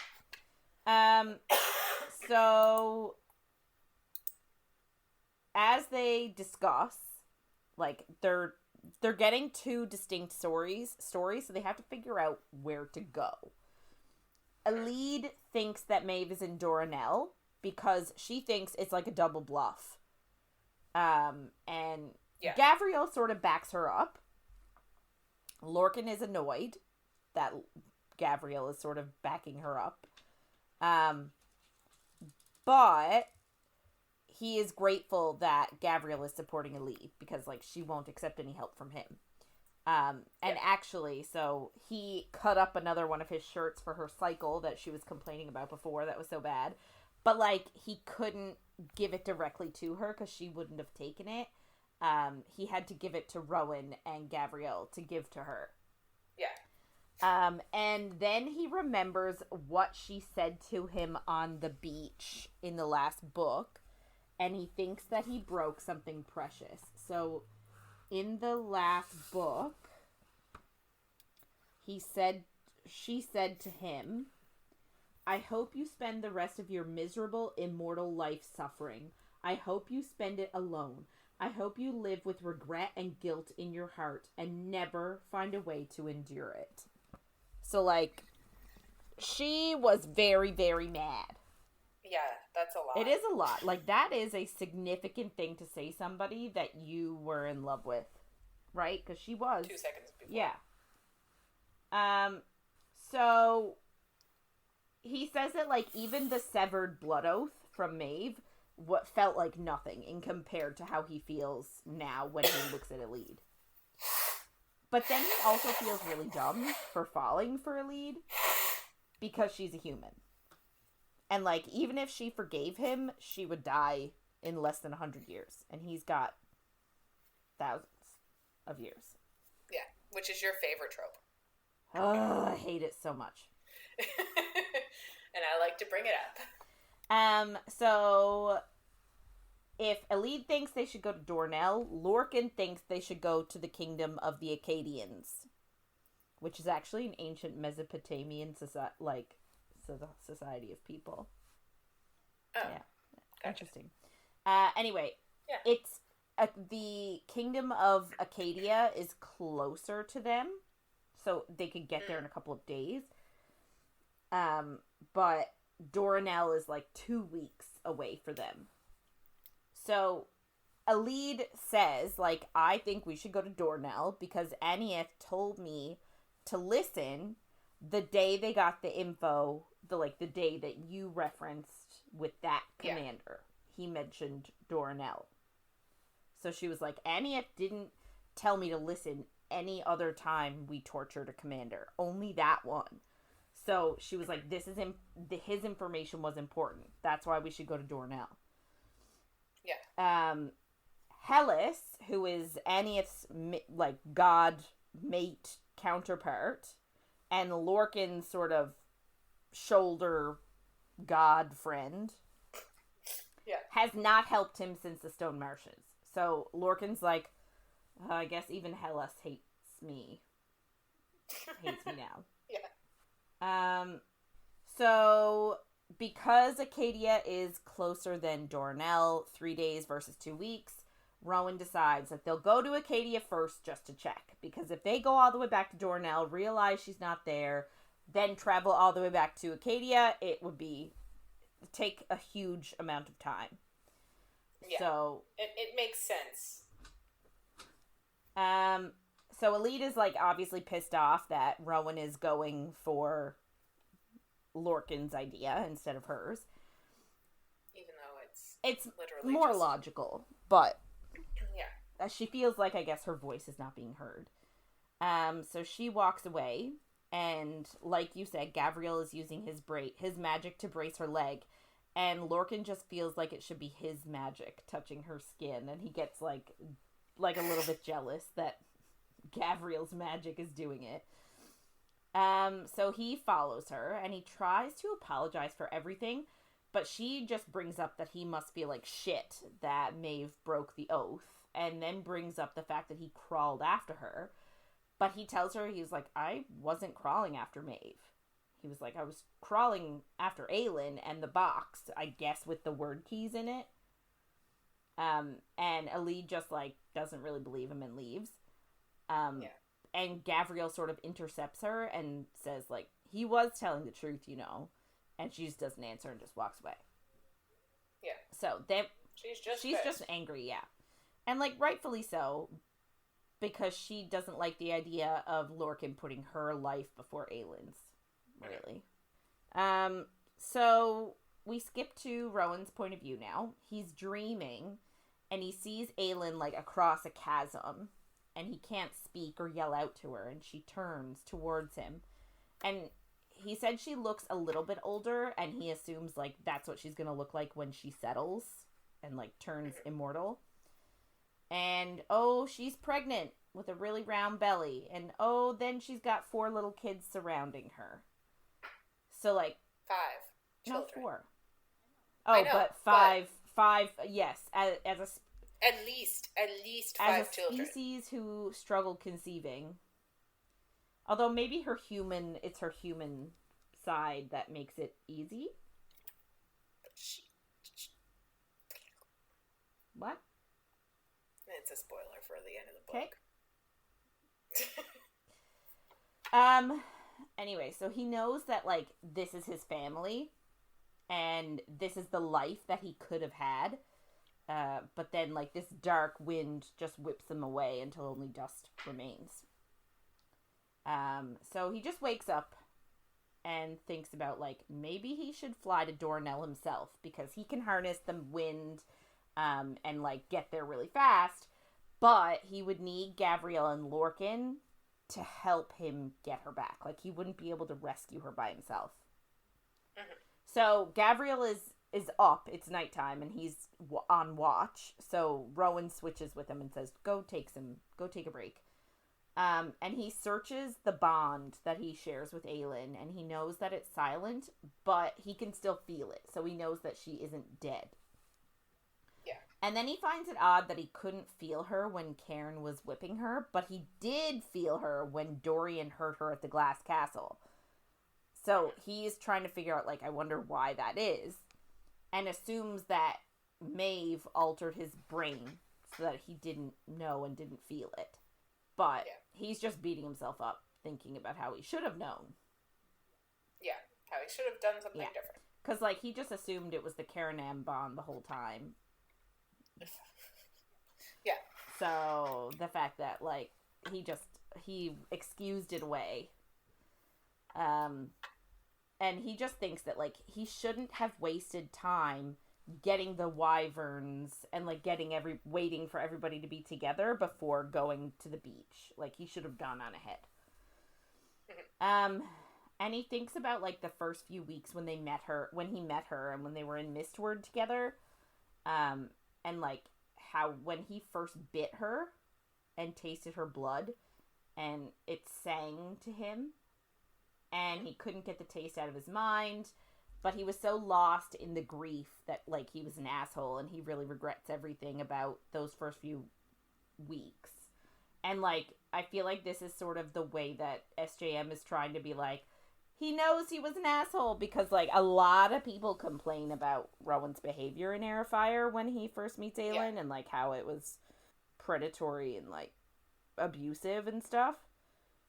Yeah, well, and I think he says it again, too. I don't know if you wrote down, but he's like, he treated her like one of his subordinates if they, like, acted out, which is when he punched her in the fucking face, which is, like, one of the big things that people don't like about it, obviously. So it is kind of like, I do feel like it's trying to explain it away, but it's like, I don't know. But I also feel like we are interjecting a little bit of our personal, like, of our societal, like, systems onto it, because, like, he did say, he treated her like he would treat any face soldier subordinate. So, like, we're thinking of it of, a guy is hitting a girl, but, like, that's not the mindset. Like, I feel like they don't have the same gender constructs that we have of, like, if you're a Fae warrior, it doesn't matter what your gender is. You know what I mean? Yeah. Like, it's not about a guy hitting a girl, it's about a commander hitting a soldier, right? When they get out of line. Whereas we have a construct of, like, you can't hit a girl. You know what I mean? But, I would also say in our, like, armies, I don't think they should, the leaders should be hitting people either. But I do get that, like, the difference between, like, Fae and humans is the fact that they do things a lot more, like, predator-prey. Yeah. Like, they're more ruled by that than the instincts, Oh, yes. I'm not saying that in our armies people should hit their subordinates. That's not what I'm saying. But, like, I feel like it does sort of help explain things a little bit more of, like, he wasn't treating her like a significant other. Because they weren't significant others at that point. He was a Fae warrior disciplining a subordinate. Mm-hmm. So, I don't know. And, like, there's much worse things that he probably has done to his subordinates. And, like, it's also, I think, that, like, a thing with Maeve's army of, like, her ruling with fear and, like, the way she treats her subordinates is, like, the rule to go by. So, like, I do think it is completely different than looking at our armies. Yes, 100%. So, he also finally understands why everything was so hard with Lyria. Because, like, she was gentle and quiet, and, like, he said that she was afraid of him at the beginning. And it was really hard for him to court her. Because obviously their mate bond was fabricated. So that's why everything was hard. And he sort of regrets having the tattoo of her death on his face. Yeah. Which kind of makes me sad. I'm like, it's still a thing you went through. Yeah. Like, you thought she was your mate. Like, I don't know. But, like, maybe he wouldn't have put it in such a prominent place. Like, I agree. Oh, you know what I mean? No, definitely. But he also wouldn't have been as depressed as he was. He wouldn't be in the same headspace as he was in Heir of Fire. So, like, I think it all makes him who he is. Yeah. That's the only reason why I'm like... Meh. And also, I just think that, like, in this world, it doesn't seem like tattoos are all that permanent if you don't want them to be. True, yeah. Get some lasers. But yeah, so, like, he's sort of he's admitting that, like, she is not what he would have chosen for himself. And, like, he was feeling really guilty about that. And being like, well, that was his mate, and he felt that way. Must have made him feel really guilty. And now it's probably a weight lifted off him to realize, like, that was correct. Yeah. And it's also just sad because, like, she was terrified of him. She was. So he sort of knows, like, what's happening to Aelin, obviously. And he's just in a really big hurry to get to her. And he thought of, like, Aelin's message to him that I think Elide relayed to him about... Was it Elide that told him? Yeah. But, like, she just said everything that Aelin said on the beach to Maeve or to anybody. Yeah, and how it's all borrowed time anyways. And sort of indicating that, like, even if she wasn't being kidnapped by Maeve, she was still going to have to die.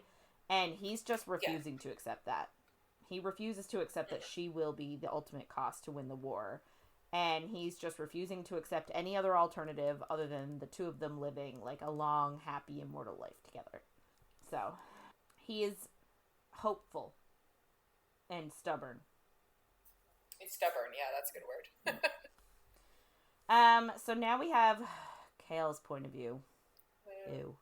So, they're sailing across the sea right now with a host of rooks, aka very large sparrows. And they have been at sea for 3 weeks. Yrene is his wife now. And he is just really terrified at this war potentially killing him, and by association her, because they share a life bond. So this, I find, is just sort of like catching up with Yrene and Chaol and, like, you know, reminding us of what happened in the last book. And that they're in love. Yeah. And got married after 2 weeks. So Nesryn and Sartaq are also on board. But they are heading out on their rooks on a scouting mission to find out where they should make land with all their boats. And then we just get that Yrene is a bit nervous. So then we move over to Nesryn's point of view. So, like, she is admiring Sartaq on his rook and how handsome he is. So, like, they've taken off now and they're going to scout. And she admits that they've been sharing a bed for weeks. And he wants her to become empress. And, like, she thinks that it's ridiculous that he wants her to be an empress. And, like, she's not really suited to be an empress. And she has told Sartaq, she's like, because she thinks in her head that she cannot imagine herself walking through the Khaganate, the palace. Yeah. in, like, outfits the way his mother walks around, and that they wouldn't suit her. Like, she's not that graceful and grand, essentially. And Sartaq said something really funny. She was like, I can't walk around, like, because she's like, I'm not a dress girl, I'm more of a leather sort of a girl. So she's like, I can't be walking around the palace in leathers. And he just said she could walk around naked if she really wanted to. He'd be okay with it. Which is just funny. Another person that we forgot to mention in our little recap of what happened at the end of the last books is the guy named Falcon, who is Lysandra's uncle. He's a... and came up in Assassin's... Yes, he did come up in Assassin's Blade, and now he is... he helped out in Tower of Dawn. And he is flying with them because he wants to find Lysandra. He is also a shapeshifter, and he is determined to give her all of his fortunes, essentially. Yeah. So she don't need his shit. No, though. She doesn't. But I guess he just wants to connect with his only remaining family. Yes, that is fair. Yeah. So Falcon, Falkan, and it's just funny because he's in the form of a falcon. Falcon, the bird. It's funny. So he's flying with them. So they reach the shore, and they're just like, they're still flying. They don't land. And they skim over it to look. And it's just like barren land, burned villages, plumes of smoke. And they can see like a few miles away that there's an army marching away from the burned areas. And it's miles and miles long, this army. So it's quite huge. It reminds me of like the Twin Towers. Not the Twin Towers, no. The Lord of the Rings and the Two Towers. Like that movie when there's like the huge army and they see it and they're like, oh my god, it's an army. Yeah. Anyway, 6 soldiers are headed back to the village in search of like survivors as sort of like a cleanup crew. So Sartaq and Nesryn are like, no, you're not. So then they just swoop in and just kill all of them. Yep. Then we go to Yrene's point of view. For fuck's sakes. So, and this is I hate this scene. I hate it. So she is on Hasar's ship. Oh, yeah. Counting supplies with Hafiza, who's the healer on high. And, like, she's just stressed about having enough. And Hafiza's like, people are gonna die. And we won't be able to save everybody. And, like, just chill out until the fighting starts, essentially. Yeah, there's nothing you can do now. Yeah. And... which doesn't really help you. No, it doesn't. It never would. But then Yrene just thinks, like, she doesn't know how long she'll be useful. And then puts her hand on her abdomen. And it just indicating that she's pregnant. So, like, this whole scene was literally just to let us know that Yrene is pregnant. And I hate it. Yeah. Why does she have to be pregnant? They've been married for a month. Yep. Like, it takes longer than that, people, sometimes. For the most part. I guess, well, I was going to say, I guess there's no magic there, but, like, she has magic in her line, somewhere. Yeah. I'm pretty sure. It's, like, a different kind of, like, what she does is magic, though. Yeah, but like, the healing she does has magic. But I don't think it's magic that makes it hard to conceive. Because Manon... No, but I'm just thinking that there's definitely Fae have been, like, in and out of her line at some point. You'd think that would make it even harder than a normal human. Yes. But I guess that's the thing. Are Fae the only ones that have magic? Does having magic mean that there were Fae in your line, or are there other kinds of magic? Right. I don't know. These are the questions. questions. And these are the days of our lives. So we go to Dorian's point of view then. So obviously he needs to go to Morath, but he doesn't think that Manon will take him. And he sort of needs them to stay in this area so that he can go to Morath. But... Yeah, because Gavin said that the path will find him here. So... But also, obviously, Manon's not going to go to Morath. Yeah. She'll get murdered. Yeah. So, like, they're looking for Crochan witches, so they want to keep going to look for them. So Manon makes the decision, because they're trying to they're talking right now through it and being like, which way should we go? And Manon makes the decision that they're going to go further north, away, which is further away from Morath. And, like, Dorian's just like, shit, what am I going to do? But then they hear twigs snap, and all of a sudden they turn around and there's this huge white bear, and it attacks Manon, and only Manon. Like, some other people get in the way, and the bear just sort of, like, veers around them and is purposefully going for Manon. Yeah. So Dorian hits the bear with his magic, and then he sees, like, a light shine that he recognizes. It's specifically a shifter light. He recognizes it from Lysandra. Only, like, I guess the bear sort of, like, peels open. And even though I guess they think maybe a human's gonna crawl out, it's not. It is a Stygian spider. Then we're in Manon's point of view. I find it hilarious how little delaying he does. Because he's like, and I'm going to open a bag over here, and I'm going to slow us down over here. And, like, because Gavin was like, make them stay here so that the paths cross. And it's like, you just needed to wait 2 seconds. You didn't even need to do anything. Yeah, didn't even need to wait a day. Yeah, it's silly.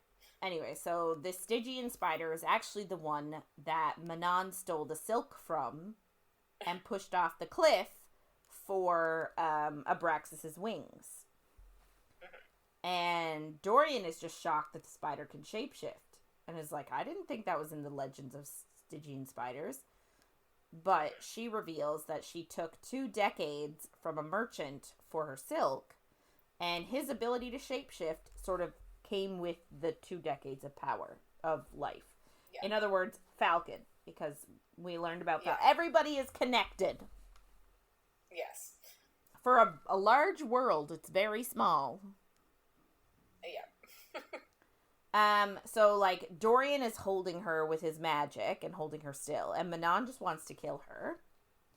But the spider tells them that she knows where the Crochans are. And because Dorian has Damaris, which is a truth-teller sword, he knows that she's telling the truth. So he suggests that they keep her alive in case she has more information on the Crochans. And then when she gives all the info that she can, they'll just sell her to the highest bidder. And this is sort of like, I guess this was the person that Gavin, or the path that Gavin said they had to wait for. So Dorian really needs to keep her alive. So then we go to his point of view. So he has an idea to have the spider, who gave herself the name Yrene. Serene? Yeah, I think so. I'll say Serene. To help teach him to shapeshift. Because he's got magic that is pliable, malleable, can do whatever he wants. But he doesn't know how to shapeshift, so he needs someone to teach him. And then this can be his way into Morath. And Manon just wants to kill her and be done with it. Because, like... Because she's there to kill Manon. Yeah. It's Manon that she's after. So she's like, let's just kill her and be done with this so she doesn't hunt me anymore. Fair. But Dorian's like, well, this is my territory. This falls under my, like, under Aelin's control. So technically, this spider is one of my subjects. So I get to choose whether she lives or dies. And Manon doesn't like that. No, I like it. I like that he's getting a backbone. And she thinks that technically both Dorian and this witch are at the mercy of the 13, because the 13 could just kill them both. Yeah. But then Dorian puts on a little show of magic, and he knows, he doesn't say it, but he knows that he could just kill them all if he wanted. Like right now, he could just take all their air so they can't breathe and suffocate them all. Really make it a different book. Yeah. He suggests that they at least take her with them to the next camp, and they'll interrogate her there. And even though Manon doesn't really want to, the spider shifts into a woman for easy travel. She's like, what about this? I'm now a naked woman. So Manon thinks that Dorian is acting different today. And he just tells her, like, if she wants someone to warm her bed and agree with her every word, then look elsewhere, because that's not his jam. Yeah. So even though Manon thinks it's a terrible idea to bring the spider along, she just lets Dorian have his way. And they get ready to fly. Which, like, I'm just like, she's like, I'm going to change into a human to make it easier to carry me. I'm like, change into a worm. Yeah. I have an obsession with worms right now, apparently. But change into something small that is actually like easy a little to carry. kitten. Yeah. Oh, that'd be so cute. And people would love her. Why are you changing into a human so someone has to carry an extra human? Although I guess for a wyvern it ain't no big deal. I guess. Okay, so Aelin's point of view. She's awake in the coffin. And she's thinking about how Karen actually forgot to put the iron gauntlets back on her hands. I'm thinking like Elsa, you know, in that movie, in the Frozen movie, at the end when Elsa's like locked up in the dungeon and she's got these things on her hands. Is that the second one? No, it's the first one. The first one? That's what I'm thinking of. That's people who have watched that more recently than I will be on your same page. I haven't seen that movie in years. I haven't seen it since it came out, I don't think. Well, fine. We went to go see that in theaters, didn't we? Frozen? Did we? I feel like that would be an odd thing for us to choose to go see. Did that come out before you had children?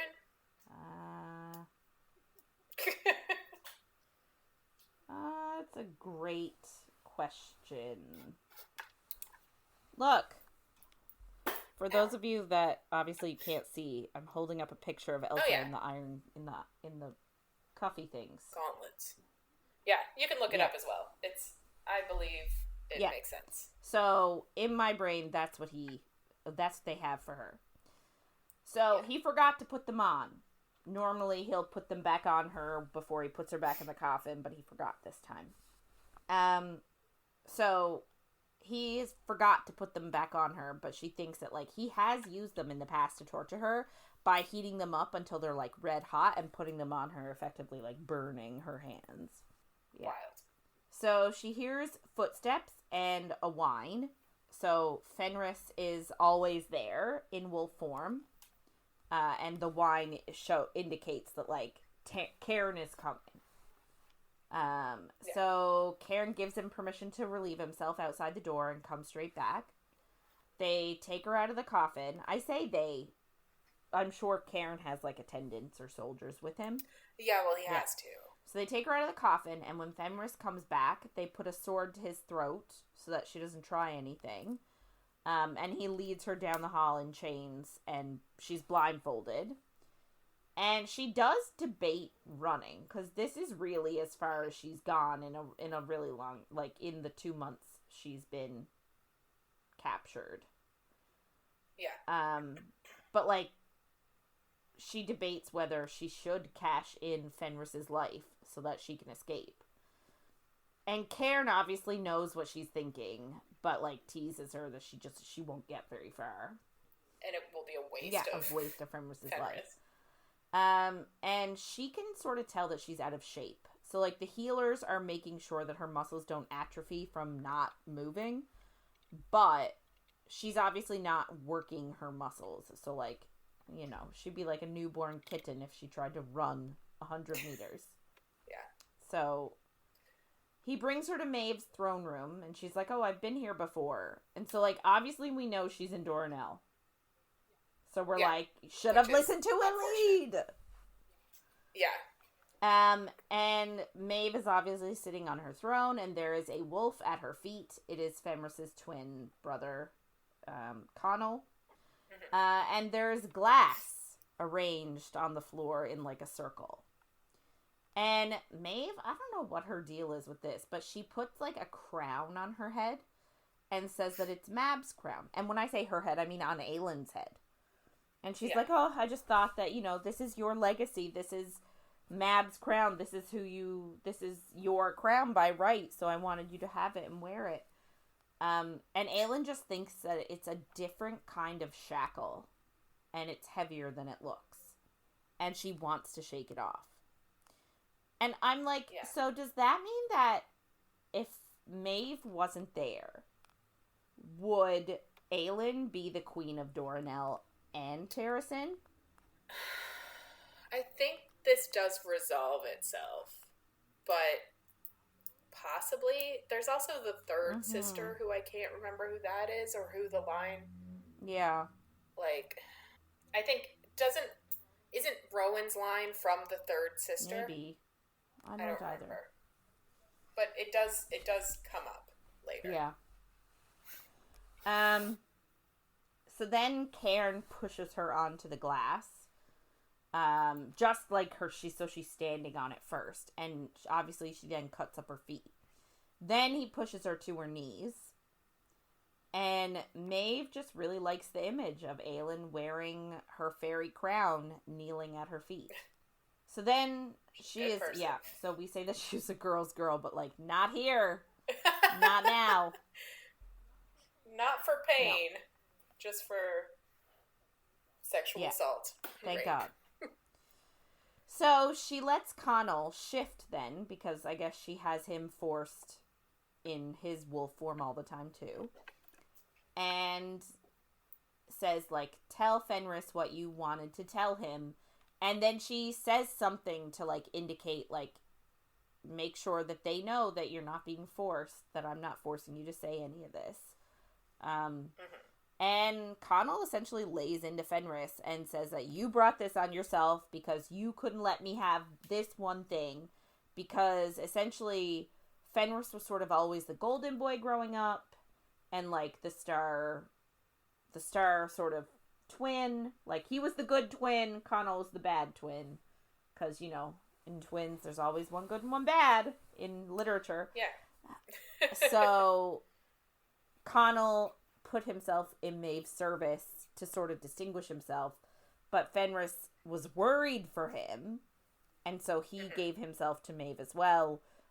She was really happy to have the two of them because twins are rare, but obviously Connell was not happy that Fenris joined him. So, like, for Fenris's point of view, it was coming from a place of love. He knew that Maeve was, like, sketch, sadistic, and didn't want Connell going through that alone, whereas Connell saw it as he wanted this for himself to distinguish himself from his twin. Anyway, so he essentially says, like, you couldn't let me have this one thing, and then you hoard yourself out for a foreign queen, and, like, he just says, like, I don't want to leave Maeve. And then he says, especially for Aelin. Yeah, because she's the worst.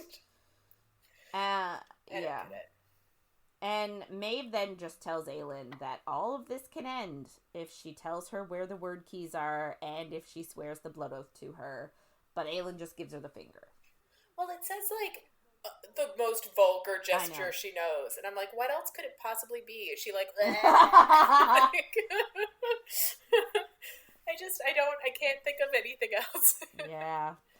Well, that would be funny if she did do that while, like, crown on, kneeling in class. Just making the blowjob motion. Yeah, pretending to blow a big old pee.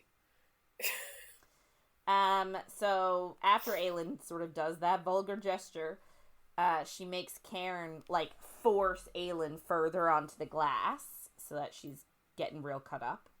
And then she tells Aelin that she heard a rumor that Aelin has been spotted in Terrasen with Rowan and the rest of her party. And Aelin is sort of glad that the ruse with Lysandra is working. She's like, oh, good. They're in Terrasen. They're helping my kingdom. But a part of her was secretly holding out hope that Rowan would come for her. Yeah. And now she knows that, like, the fact that he's there means that she has no more hope. And which is not good when your hope goes away and you're being tortured. So Maeve tries to convince Aelin that Maeve doesn't want to destroy Aurelia and has seen many wars and the destruction they cause. So, like, she's like, I don't want Erewhon. We want the same thing. I don't want Erewhon to win. So then she lets Cairn, like, push her into the glass again, like, hold her down in the glass.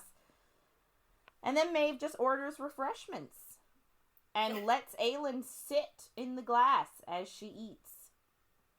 And Aelin just thinks that she needs to endure to give her group time. So she's not holding out with the hope of being rescued anymore. Now she's holding out with the hope that they'll defeat Erewhon or find the word keys and, like, close the gate.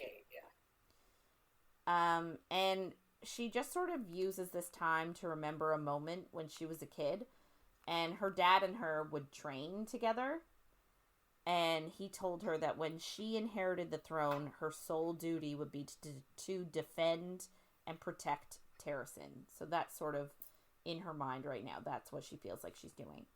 So Maeve is getting bored that Aelin isn't breaking, essentially. So she tells her that she will make the necessary sacrifices and she's like, and I will demonstrate that I will do the necessary sacrifices. So then she motions to Connell, and he takes out one of his daggers, and he steps towards Fenris. And, like, Aelin is freaking out internally that Connell is going to kill Fenris, because that's what it looks like. And she's like, Fenris is, like, my lifeline here. He is the only one keeping her together. And when he gets close, Fenris is also in wolf form, cannot speak, cannot, like, do anything. Connell uses the dagger, but he doesn't stab Fenris, he stabs himself.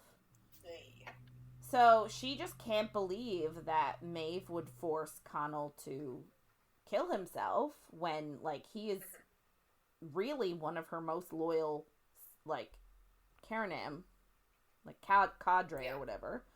But Maeve just tells her that she tainted something that belongs to her, and she needs to purge it. And I guess she's referring to when Connell helped them at Mistward. Like, he just came and told them that something is coming and then left again. Well, like, I guess they weren't allowed to help, and they did. So now she's like, they're all useless to me. And she just tells Aelin that there is no one coming to save her and to think on her offer. And Cairn hauls Aelin up, and that's when Aelin strikes. She shoves a glass shard into Cairn's neck. Obviously, it doesn't kill him, unfortunately. I know, like, you should have done better. You should have just killed him. And then throws another shard at Maeve's direction. And the shard misses for the most part, but it does scrape across her cheek. And Aelin sees black blood welling from the scratch.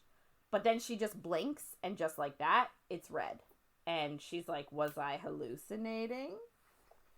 Yeah. But we know better. So that was the Valg blood coming out to play. And Maeve is just really pissed that she, like, still has so much spirit that she did that. Tried to do something. And just uses her magic to knock Aelin out. And she wakes up tied to the altar.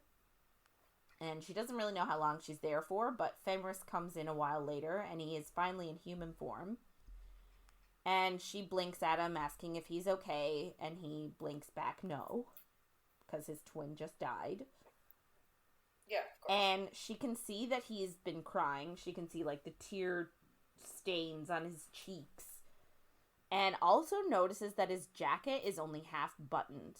And she knows, it doesn't say it exactly, but it implies that, like, Maeve made him do sexual things. Like, probably, like, in his twin's blood. Or, like, in the room where his twin brother's body is. And, like, obviously that's also gonna be very challenging for him. And he just tells her that Maeve has given him leave to take the glass out of her knees and hands, but then he has to stand against the wall in wolf form like normal. And she wants to tell him to leave the glass for a bit, because he goes in right away to start trying to pick out the glass, but she just wants to tell him, like, it can sit for a bit. Like, just grieve in your human form. And she starts to cry for his loss, but he thinks it's for the pain in the glass. And they just both cry as he takes the glass out. It is so sad. Like, they're really going through it. So, we go now to Lysandra's point of view. So, they just had a battle with 5,000 soldiers from Erewhon's army. So their allies are fighting with them now. But the story now is that Aelin is en route to them. So she can still fight. She can still be herself. She doesn't have to pretend to be Aelin right now. So, they were keeping, the strategy that they have is to keep some of the Bane, because they're like wicked fighters, out of the battle to rest, along with the soldiers from the Red Desert, that Aelin managed to get, and the Fey warriors from the White Thorn family that Rowan got, because they want to keep them a surprise. Because they know as soon as they start fighting, Erewhon will obviously know, and cat's out of the bag then. Yeah. So, she just keeps fighting. Like, they're currently in this battle. So she's just like, no, well, and just keeps fighting. So, then we go to Aedion's point of view. So, the battle is over. They had a resounding win. And he's just checking to see how many soldiers they lost. And it turns out it's only about 350. So the Lords of Surya and Ren's battalion only lost like 350 together. Yeah. And Aedion knows that this fleet of soldiers from Erewhon was just meant to, like, tire them out. They didn't send anybody powerful. Like, there were no witches, Valg princes, or wordhounds, or Ilkin, or anybody actually scary. Yeah, scary. So, Darrow ordered them to head back to the capital if they survived. And Aedion was just pissed. That he's just annoyed because it's like war by council. So the council has to agree to everything anytime they want to do something. And they have to vote on it. And he just hates it. He hates that he's not trusted to make a decision. So they're debating whether they should head to the border so that they're further away from Orynth so that they can intercept any potential armies further away from Orynth, which keeps it safe. But obviously that's not what Darrow wants. So a messenger comes in then to deliver them a letter from Lord Darrow. And it requests that Aedion and the army meet up with Darrow tomorrow. And the fact that this messenger guy is there so quickly makes Aedion suspicious. He's like, how did you get here so fast? Because, like, they literally just finished. And the messenger, who is a former thief from Perranth named Nox Owen, who was in Throne of Glass. He was, he was in the challenge with Aelin. And she told him as Selena to get out and to run away. And he did. Yeah. So this is his new role. He is actually, said, Darrow's most trusted messenger. And so he just admits, actually, that he has two letters, one for victory and one for defeat. And I'm just like, if it was... Who are you giving the letter to? If they were defeated, would everybody not be dead? And then who are you giving the letter to? But whatever. And Aedion is just annoyed at the whole thing. And he just asks, he's like, does Darrow not realize that, like, the soldiers need to rest? And Nox says, yeah, he probably does. But Aedion just realizes that Darrow doesn't want to give them the chance to disobey. and just go rogue. So Aedion visits the tents and the men and tries to, like, give them reassurance and talk to them, and, you know, he says that's what a good leader does. And he comes across Lysandra. And she offers to fly to Darrow and tell him that the men need rest, even though she literally flew them all in her wyvern form somewhere recently. Back to the camp where they're having this battle. So, like... And then she fought in the battle. She has not slept. Yeah. And still she is offering to fly to Darrow. And, like, she must be dead on her feet. Right? Yeah.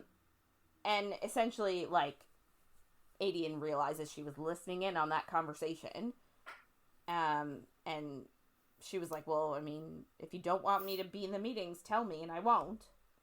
But he doesn't really say anything. So he just asked, like, you offering this, is this you trying to get back in my good graces? Ugh. And that just pisses her off. Good. Like, she's like, no, you're a dummy. Like, the troops need to rest. Yeah, I do appreciate that she's like, no, I don't care about getting in your good graces. Like, I did what I did before. Like, I appreciate her for that. He can tell that she's exhausted, but he doesn't even know if she has a tent to rest in, because he didn't even care to get her one, which is an asshole thing to do. And then he asks, like, when will the queen be making her reappearance? In other words, when is Aelin gonna show up again? And she asks, like, do you think she should now? Like, when do you think I should? And he's like, well, I don't think you should show up tonight after we've won the battle and, like, you're reveling in our glory, in our victory, because that would cause tension from the men, right? That, like, you just missed it. Yeah. And he asks, like, oh, does this mean you're gonna blindly obey me now? Like you blindly obeyed Aelin? And she just responds, she's like, I don't obey any man. Which I'm like, yes, Lysandra. But she's like, I'm not as knowledgeable in war and tactics, so I'm asking for your expertise. Yeah. Fair. And then she tells him that what she did for Aelin. And she genuinely asked, like, do you think our allies would fight if they knew that Aelin was gone? And he's like, like, wishy-washy about it. And she just tells him, like, she does not regret what she did, even if he hates her for it. But then she adds on, like, that what they did have was real, even if he doesn't believe her. And all he tells her is to slither off somewhere else and he walks away from her. I wouldn't even want him back. No, me neither. And ugh. He's just the worst. It was real, but it's never going to be real again. You screwed it up because you're an ass. Yeah. So, we go to Lysandra's point of view, and she feels stupid for saying anything, and she's sad. And she does head back to her tent. She has a nice one that Saul of Surya gave her near his tent. And she does mention that, like, he's not interested in her at all because he's gay. So, like, she doesn't have to worry about that. And she does notice that his brother, like, has sort of given her, like, bedroom eyes a little bit, but, like, has been completely respectful and, like, doesn't leer at her or anything like that. And she actually says that she feels very respected at this camp. Like, she knows that a lot of the people know who she is and what she was, but, like, they still, like, they don't look at her with disgust, or they don't leer at her sexually, and they don't catcall her the way that men did in Rifthold. And, like, she's actually accepted as, like, a lady of Terrasen and treated respectfully by the soldiers here. So, apart from Aedion, she is actually being treated okay. Anyway, and then she's so exhausted that she goes into her tent and she falls asleep with her shoes on. And that's where we stop this week. So, a lot has happened. We still have Aelin locked up, and I need her to be released now. And Rowan and the gang are going in the wrong fucking direction. They are. Ugh, I hate it. Even if it only adds a few days. And, like, I get it. They need to be sure, but, like, come on. It makes sense what they're doing, but also, yeah. Anyway. It is the worst.